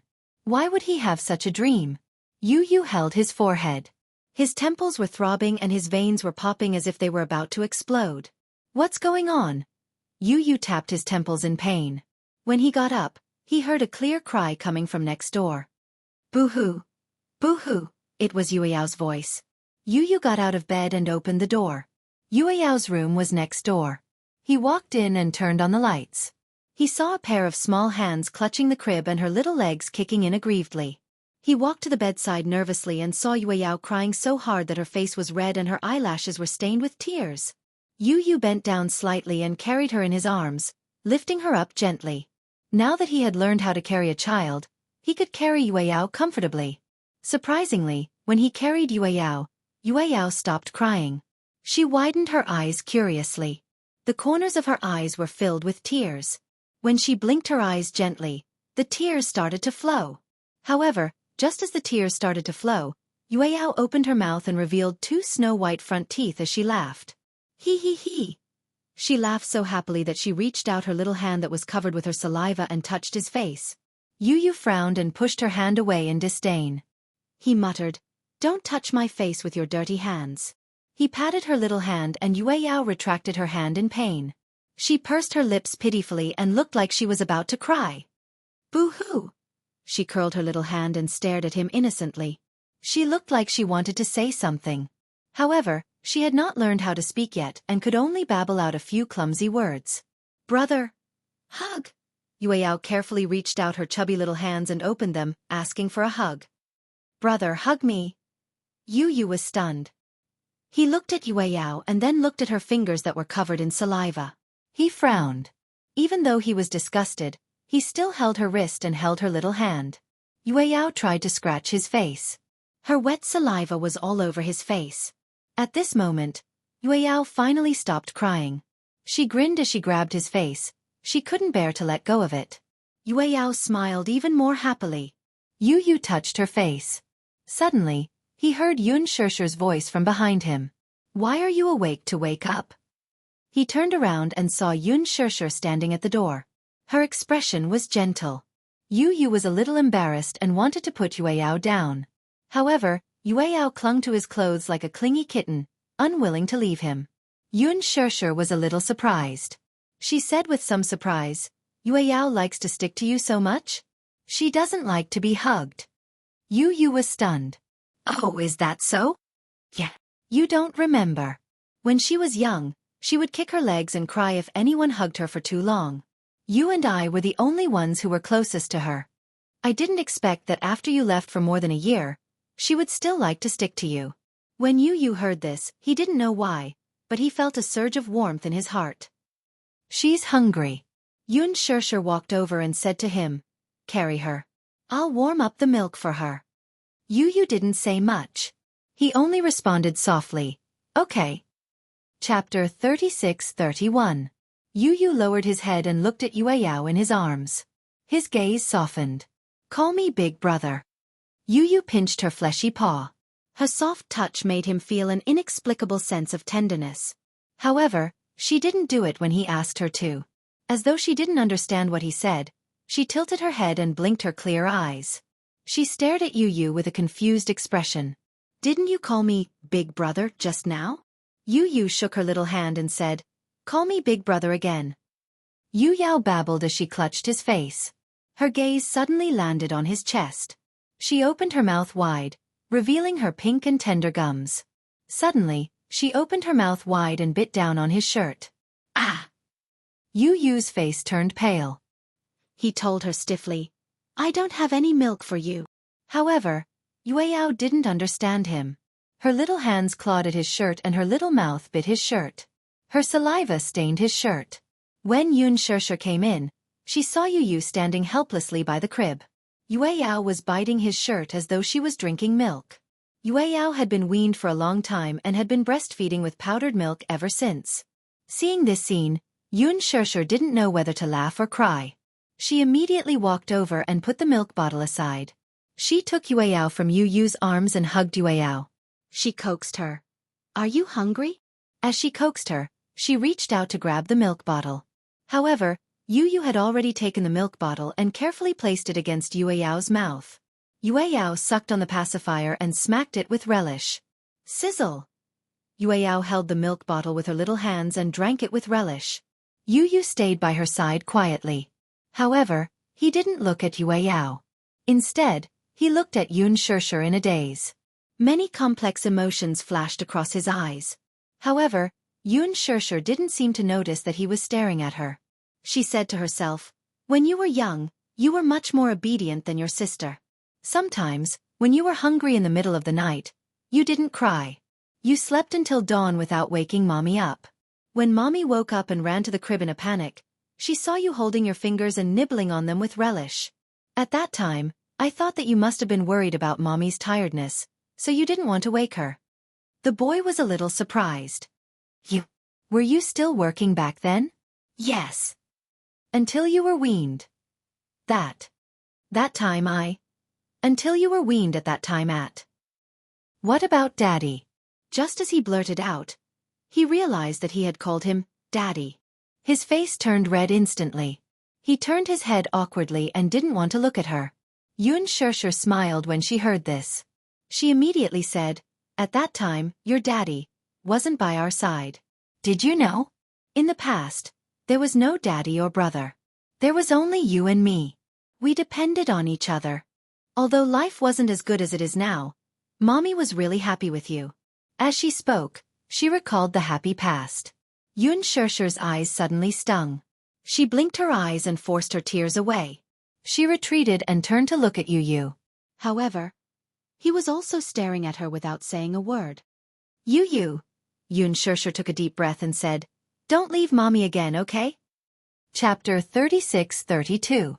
Yu Yu's expression was calm, but his heart was in turmoil. She said, "Don't leave me again." Why was it that when he heard those words, his heart was so moved? Especially when he heard the words, Yu Yu, he felt his heart burning. Countless chaotic thoughts flooded his mind in an instant. He abruptly rose to his feet and turned around. Just as he was about to leave the room, Yu Yao suddenly let go of the milk bottle and looked at him. She called out in a childish voice, "Big brother!" Yu Yu did not stop and walked back to the room. When Mui Chen woke up, he opened his eyes and saw that his surroundings were bright. He looked around and wanted to move, but he realized that he was tied to a chair and could not move at all. Mui Chen lowered his head and saw himself sitting on a chair. His hands were cuffed behind his back, and his legs were chained to the back of the chair. His body was also chained to the back of the chair. What was going on? Wasn't he shot? He looked around and finally saw that he was in a dark room. A beam of light shone down from the top of his head, and it was so bright that he could not open his eyes. Xiao Yichen tried his best to open his eyes and forced himself to adapt to the strong light. He looked at Lisa beside him, who was also tied to a chair. Her head was lowered and she was still unconscious. Mui Chen looked at her back and saw that the wound was not deep. If it was a real bullet, it would not have left such a shallow wound. He carefully recalled that when he was shot, he fainted and was unconscious. Mu Yichen immediately realized that Gong Xiaoying must have ordered him to shoot with a tranquilizer gun. Could it be that they were shot with a tranquilizer gun? Xiao Yichen tried to call out to Lisa. Lisa, Lisa, you're awake. A heavy voice suddenly interrupted his train of thought. Mu Yichen spun his head around in shock, only to see Gong Xiaoying standing in front of him and judging him from above. When he saw Gong Xiaoying, anger appeared in his eyes. He struggled and shouted, "What did you do to Lisa?" Gong Xiaoying said coldly, "Don't worry, she's not dead." When Mu Yichen heard that, he asked suspiciously, "You used a tranquilizer gun?" "Ha! You even know about tranquilizer guns. You're not simple." Gong Xiaoying pulled a chair over and sat down. He sighed and said, "My two grandsons, one is good at martial arts, one is smart and the other is good at martial arts. It's really an eye-opener." "Grandsons?" Mu Yichen mocked. "I didn't acknowledge you as my grandfather. This lord, you'd better not be so sentimental. I'll never acknowledge you as my grandpa." Gong Xiaoying did not exchange pleasantries and went straight to the point. "Where is Gong Fan?" Mu Yichen retorted. "Do you think I'll tell you? Besides, you're asking the wrong person. I don't know any Gong Fan." "I don't need you to tell me. Since you've swapped identities, Gong Fan must be in the Mu family now." Mu Yichen snorted coldly, but he was a little flustered. Gong Xiaoying looked at him calmly. When he saw that he did not look at him, he said helplessly, "You're my grandson and I'm your grandfather. No matter how you deny it, it's a fact that can't be changed. You don't have to be so cold to me. It won't do you any good." Chapter 36-33. Mu Yichen was a prideful person. After all, he was Mu Yaja's son and had inherited Mu Yaja's arrogance. However, in front of Yun Shishir, Yu Yu, and Mu Yaja, he had always been a warm boy. However, in front of outsiders, he was a miniature version of Mu Yaja. How could he bow down to Gong Xiaoying? Whether it was threats or coercion, Xiao Yichen would never give in to him. When Gong Xiaoying heard this, the muscles on his face twitched and he was furious. He finally lost control of his emotions and stood up. Glaring at Xiao Yichen, he said, "I'm not threatening you. I'm not trying to scare you. If I can erase you use memory, I can erase yours too." It would have been better if he hadn't mentioned this. When he did, Xiao Yichen shouted at him furiously, "You're the one who erased you use memory. Just based on this, don't expect me to acknowledge you. Gong Xiaoying, in the past, I respected you because you were Mommy's biological father and my grandfather. Whether you admit it or not, I respected you. However, it doesn't mean that you can bully others. What right do you have to erase you use memory? What right do you have? Don't you love Mommy the most? If you love Mommy, why would you do something that would make her sad?" Gong Xiaoying was stunned and looked at him in surprise. He had expected this child to be angry, but he didn't expect him to be so calm even though he was angry. He was too calm. Gong Xiaoying said coldly, "Aren't you worried that if I erased you use memory, I can erase yours too?" "You can't erase it," Xiao Yichen said expressionlessly. "Even if you want to erase it, you can't erase mine." "Heh, where does your confidence come from?" Gong Xiaoying scoffed. "Memories that can't be erased. I'd like to see what kind of memory Alice can't erase." "No, don't." At the side, Lisa struggled to raise her head. She opened her eyes and said weakly, "Don't." She was still under the effects of the anesthetic. As a result, he stuttered when he spoke, and his reactions were also extremely slow. However, when she heard that Gong Xiaoying had threatened Xiao Yichen that he would erase his memory, she suddenly became nervous. Gong Xiaoying shouted, "You betrayed me. You have no right to speak here." "I didn't betray." Lisa spat out a few words with difficulty. Her words were intermittent and incoherent. Xiao Yichen looked at her. However, he heard Lisa say firmly, "Yu is my master. I didn't betray him." Ever since that day when Gong Jie brought her to Yu and told her that he was the person she would be loyal to for the rest of her life, she swore to herself that Yu was her only master. Unless she died or Yu died, she would never change her heart. Yu was her only master. Even if she had to betray the whole world, she would never betray the person she was loyal to. She had never betrayed Yu. Hence, she was not a traitor. Lisa suddenly said in a powerful voice. Me. Am. Not a traitor. Xiao Yichen was stunned. After a short moment of shock, he smiled. Lisa. It wasn't that he wasn't moved. He was touched by Lisa's sincerity. Chapter 36-34. Gong Xiaoying looked at Mu Yichen but didn't say anything in the end. He suddenly stood up and looked at Mu Yichen meaningfully. He said coldly, "Looks like you won't give up until you see the coffin. I'd like to see whose memory I can't erase." After he finished speaking, he immediately ordered his subordinates, "Bring Alice here." Yes. A few minutes later, 2 of his subordinates brought Alice in. Rather than saying that she was invited in, it was more accurate to say that she was forced in. When Alice walked into the darkroom, she saw Xiao Yichen and Lisa tied to the chairs and unable to move. Her gaze was shocked and she became sullen. "Boss, how could you tie Xiao Yichen up? He's your grandson." Gong Xiaoying looked at her coldly from the corner of his eyes. Suddenly, he walked in front of her and slapped her. Alice's face was instantly slapped to the side. "Don't think that I don't know what you've done. You can't escape the responsibility of swapping the 2 children. You know very well whether or not you're the one who did it. Do you need me to remind you of anything?" When Xiao Yichen saw this, he stared nervously at Gong Xiaoying and immediately warned him, "Don't hurt her." "Xiao Yichen." Alice turned her back to him and stopped him. "Don't talk. This has nothing to do with you." Xiao Yichen was stunned for a moment. Alice turned her face. There seemed to be some emotions in her eyes. She looked steadily at Gong Xiaoying. Her chest rose and fell for a long time. Suddenly, she smiled bleakly. "I know that I betrayed you. I deserve this slap. But boss, what kind of deep hatred do you have that you can't let go of it after so many years? What kind of deep hatred do you have that you want to take revenge on these 2 children? They were still so young. Yu Yu's memories were erased. It was sealed by my hypnosis. However, ever since his memories were sealed, there wasn't a single day that I didn't regret it. Look at Yu Yu, what has he become?" Gong Xiaoying was startled and suddenly stopped talking. "Do you think you're doing this for Yu Yu?" He had forgotten all his memories. He had forgotten Yun Shishir and Mu Yaja. He had even forgotten who he was. "Do you think this is for his own good? You have no right to do this, and you have no right to erase Yu Yu's memory and tamper with his life." "Shut up!" Gong Xiaoying interrupted coldly. "I don't need you to tell me what to do." "Yes. You're high and mighty. You're insufferably arrogant. Now, the Gong family can call the wind and summon the rain, looking down on everything. No one has the right to criticize you about what you're doing. But..." Alice's lips suddenly trembled violently as she spoke. "Yu Yu is innocent. He's just a child. He just wants to be by his mommy's side. Look at how cute Yu Yu used to be. He was with his family and he was smiling every day.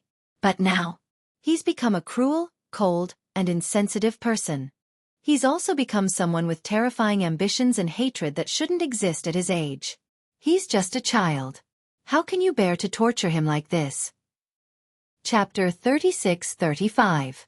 Alice did not care about anything else.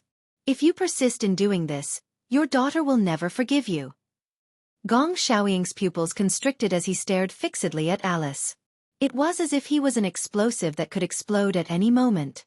Alice had always been fearful of Gong Xiaoying. However, there was no trace of fear in her eyes right now.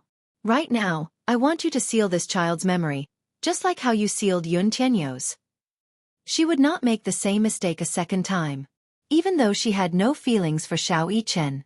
However, perhaps because she could no longer have children in this lifetime, she could understand the pain of a mother and son turning against each other.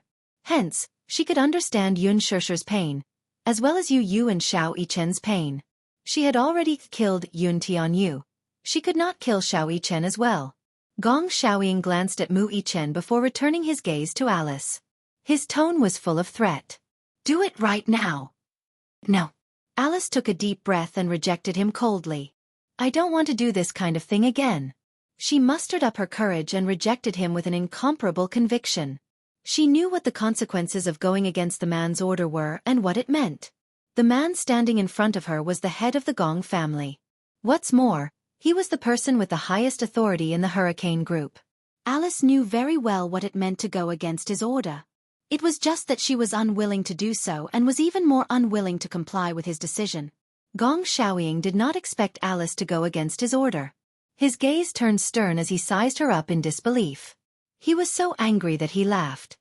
"Do you know what you're saying?" "I know, and I know very well that I'm going against your order. You asked me to wipe Xiao Yichen's memory, but I said, no." Alice's tone gradually softened as she spoke.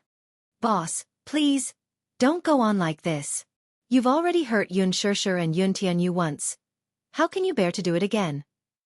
Do you really want to fall out with Yun Shishir and her father?" Gong Xiaoying was stunned for a moment before he regained his senses. He gritted his teeth and said, "Whether it's Mu Yichen or Yun Tianyu, didn't she get together with Mu Yaja because they have 2 children? Now, if the 2 children are in my hands, she'll go home." At the mention of Yun Shishir, gentleness appeared in his eyes. The reason why he hated Mu Yaja so much was not just because of the previous generation's feud. He knew that Yun Shishir gave birth to these 2 children because she was a surrogate mother for the Muse when she was 18. She, Gong Xiaoying's daughter, his daughter, was so lowly that she was used by the Muse. How could his daughter do such a despicable thing? How dare the Muse? Therefore, he could never forgive the Mu family and Mu Yaja for doing such a thing to his daughter. "So what if Yun Shishir returns to your side?" Alice hysterically tried to wake him up. "What's the difference between you and an executioner?" "Shut up." Gong Xiaoying stopped her. "Don't think that I won't dare to touch you just because you're Gong Jie's woman. Even if I kill you today." Chapter 36:36. Alice was not afraid at all. "My life is in your hands. The fate of so many people in the hurricane group is also in your hands. Killing me is just a matter of words. But don't you regret it?" "You!" Gong Xiaoying raised his hand high, but Alice just stared at him without retreating. However, his hand did not fall for a long time. "Do you think you're the only one who knows hypnotism?" Gong Xiaoying's hand fell slowly, but he laughed coldly. "Do you think I can't do it without you?" Alice was stunned. Gong Xiaoying turned around and said in a low voice, "Come in." As soon as his voice fell, he saw the door slowly open, and a man wearing a white cloak slowly walked in. The man was very young and very thin. He was wearing a cloak, but it seemed empty. His face was buried under the brim of the hat, and the shadow covered his eyes. But it was not difficult to see that this man's features were exquisite. It was just that this exquisiteness was mixed with some elements of gender. There was a gloomy and cold aura around him, like a poisonous snake, beautiful but deadly. It had nothing to do with gender. This kind of beauty could make people hold their breath and focus. He was holding a crystal ball in his hand. However, this crystal ball looked a little special. Inside the transparent glass, there was a ball of purple fog, swirling and rolling. Mu Yichen's heart skipped a beat when he raised his head and saw the man. He did not know why, but this man had an especially dangerous aura. As the man walked in, he took off his hat. His face was exposed to the air. It was feminine but beautiful. When Alice saw him, she sucked in a breath of cold air. Master. Senior. Back then, she had studied hypnotism under a master hypnotist. There were only a few students under the master's name. Hypnotism also required talent. There were not many people who had this kind of talent. It could be said that it was 1 in a million. As for this man, he was one of her senior martial brothers. His hypnotism skills were above hers. How could it be her? The man glanced at her and acted as if she didn't exist. He walked to Gong Xiaoying and nodded slightly in greeting. Unless he was hypnotized, he was usually very quiet and did not speak much. However, as soon as he spoke, the first sentence he said was enough to bewitch the mind of the person who was being hypnotized. His voice seemed to have a unique magic power. Sometimes, Alice felt that his hypnotism was not hypnotism, but a kind of magic that could not be explained by scientific means. Senior, why are you here? The man turned around and finally saw her. His deep eyes were like a dark black jade without any luster, but like a bottomless pool of water. Just a glance, it seemed to be able to suck one's soul. Gong Xiaoying said coldly, "Seal up all of that child's past memories, do you understand?" The man nodded gently. Yes. It was just one word, but it was as cold as the ice and snow of the North Pole, causing people to feel a chill in their hearts. "Senior, you can't do that," Alice said in a panic. "You can't erase this child's memory, Senior. Take her away." Gong Xiaoying ordered impatiently. Chapter 36-37. The man in the white robe walked slowly to Xiao Yichen and squatted down gracefully. His dark eyes scanned every inch of Xiao Yichen's features and his thin lips slowly curved into a cold smile. Just by looking into his eyes, Xiao Yichen felt as if his body was frozen and he couldn't move. At the side, Lisa saw this and started to struggle. The man glanced at her from the corner of his eyes but didn't take her seriously. No matter how powerful she was, she wouldn't be a threat if she was tied up like this. However, with someone else around, it would be easy to disrupt the hypnosis if they made any noise during the hypnosis. The man said softly, "Take her away. Take her away." Gong Xiaoying gave the order and Lisa was immediately taken out of the room. He also left with his men. All the doors were locked from the inside. The man slowly lifted the crystal ball and held it in front of Xiao Yichen.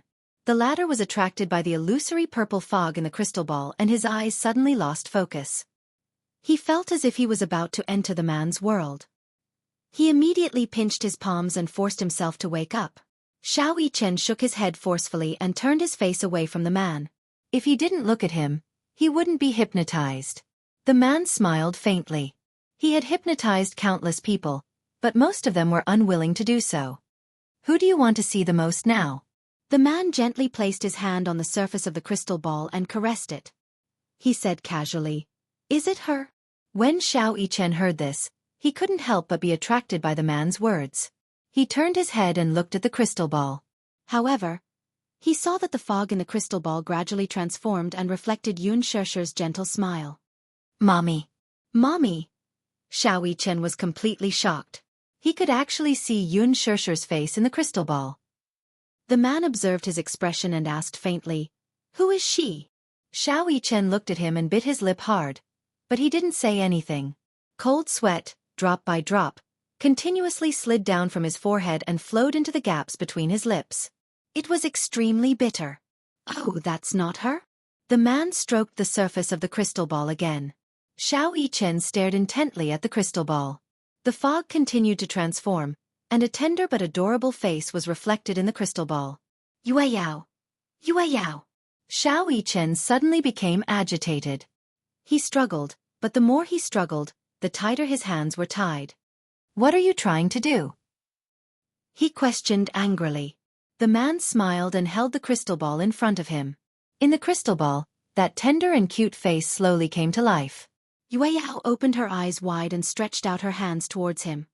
"Brother, hug." "Yue Yao. Is she the one you want to see?" The man stroked the crystal ball again, and the fog transformed into Yu Yu's face again. However, Yu Yu's eyes were cold, as if she was a stranger.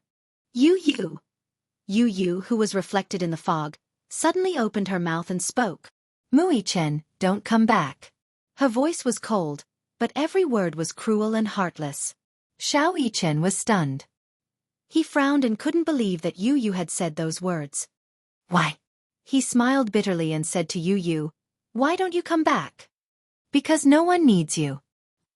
Chapter 36-38. He didn't know why, but no matter how tough the environment was or how hopeless the situation was, Xiao Yichen's heart was about to break when he heard Yu Yu's words. "You don't need me." "That's right." Yu Yu echoed in the crystal ball. "No one needs you." Xiao Yichen's pupils gradually lost focus. He stared at the crystal ball numbly. A line of tears slowly flowed down from his left eye. One tear, followed by another. In an instant, his face was covered with tears. The man looked at him as if he had been hypnotized. He smirked coldly. "It's not like that." Xiao Yichen suddenly looked up and said angrily, breaking down. "It's not like that. Yu Yu wouldn't say such things. This isn't Yu Yu. This is an illusion created by you." The man smiled and said, "I'm not a sorcerer and I don't know magic. This isn't created by me. It's your inner world." He inched closer to little Li Chen and slowly breathed in through his thin lips. "You yearn to be needed and valued. You're afraid of being outlawed and ignored, right? But you're not needed and you're not relied on. They don't need you." "It's not like that." Xiao Yichen screamed crazily. You're bewitching me again. I want Mommy, Daddy, Yu, and Yue Yao. They all need me, they all need me. He was irreplaceable. He was Mu Yichen. The man smiled and said, Have you been lying to yourself all this time? Mu Yichen gritted his teeth. Suddenly, he leaned over and hit the crystal ball in his hand. With a loud crack, the crystal ball fell to the ground and shattered into pieces. The fog in the sphere slowly rose. Mu Yichen could only feel the fog gradually condensing. Finally, it transformed into Yu's appearance. A living Yu was standing right in front of him, as if he could reach out and touch her. The entire world was plunged into darkness. It was so dark that one couldn't even see one's fingers. Everything had changed. The white-robed man also seemed to have disappeared. Mu Yichen lowered his head and looked at his body. There were no ropes, no handcuffs, no chains, and no chair. He stood up and looked up. Yu was still standing in front of him, but she did not disappear. Yu! Mu Yichen anxiously rushed towards him and held him in his arms. His body was so cold that it was as if he had no body temperature. Why is it so cold? He nervously grabbed Yu's shoulders and sized him up. However, Yu coldly pushed him away. Don't touch me. As Yu spoke, his gaze landed on the necklace around his father's neck, only to see a necklace around his neck. It was a purple crystal. All of a sudden, Yu forcefully tore the amethyst off and casually dropped it on the ground. You! Don't call my name. Yu turned around coldly. Mu Yichen, no one needs you anymore. Mommy and Yue Yao already have me. No one wants you to come back. So. He slowly turned his head. His eyes were covered by the shadows. His lips were curled into an extremely cold smile. Don't come back. No, it's not like that. Mu Yichen shook his head in disbelief and forced a bitter smile. Yu, I know you lost your memory and don't remember me. But it's okay. You will definitely regain your memory. Chapter 36-39. Xiao Yichen stared at Yu in disbelief. He did not understand why he would say such a thing. In his impression, Yu was a tsundere, but he had a gentle heart. He would never monopolize Mommy's love. This was not Yu. However, the person standing in front of him, with those familiar eyes, was clearly Yu. But why would Yu say such cruel words? Yu saw that Xiao Yichen did not speak, so he asked coldly, Haven't you noticed? No matter what, Mommy always prioritizes me. In her heart, I've always been more important than you. You should have noticed this, right? Xiao Yichen's face turned ashen. Yes. Mommy had always prioritized Yu. This had always been the case. This was because Yu's health was not good. Yu was good at pretending to be obedient. Xiao Yichen prided himself as an elder brother. Hence, he knew how to take care of Yu, regardless of how big or small the matter was. Even if Mommy valued Yu more than him, it did not matter. Even if Daddy valued Yu more than him, it did not matter. This was because Yu was his younger brother. His most beloved younger brother. No one could replace his position in his heart. Whether it was Mommy, Daddy, Yu, or Yue Yao, they were all his dearest family members. They were all unique and could not be replaced. However, when he heard Yu say such cruel words, Xiao Yichen could not help but feel a sense of loss. A smug look appeared on Yu's face. Mommy loves me more. Compared to me, you're nothing in Mommy's heart. Xiao Yichen glared at him and clenched his fists. He suddenly lowered his head, looking extremely disappointed. Yu sized him up arrogantly and said casually, I went missing for a year. Mommy didn't eat or drink. When she found out about my whereabouts, she was willing to use you to replace me and bring me home. What about you? You can only stay on this huge island all by yourself. It's not like that. Oh? Yu asked calmly. Then what is it? Mu Yichen, you don't have to deny it. Mommy values me more than you. Mommy and Mommy have depended on each other since we were young. What about you? How can you compare yourself to me? As he spoke, he smiled coldly. You don't have to come back. I'm enough for Mommy. Little Yichen smiled bitterly and raised his head, revealing a trail of tears on his face. He smiled with tears in his eyes and said gently, Yu, even if Mommy loves you the most, it doesn't matter. I won't be sad. Because you're my younger brother. Yu, who was standing in front of him, was in a daze. You're my younger brother. I'll give you everything. I won't fight with you. Don't worry, I won't be sad. Xiao Yichen wanted to hug him as he said this. With a look of disgust, Yu broke free from him and flung his hand away. Don't touch me with your hand. Yu said coldly, I don't want an older brother like you.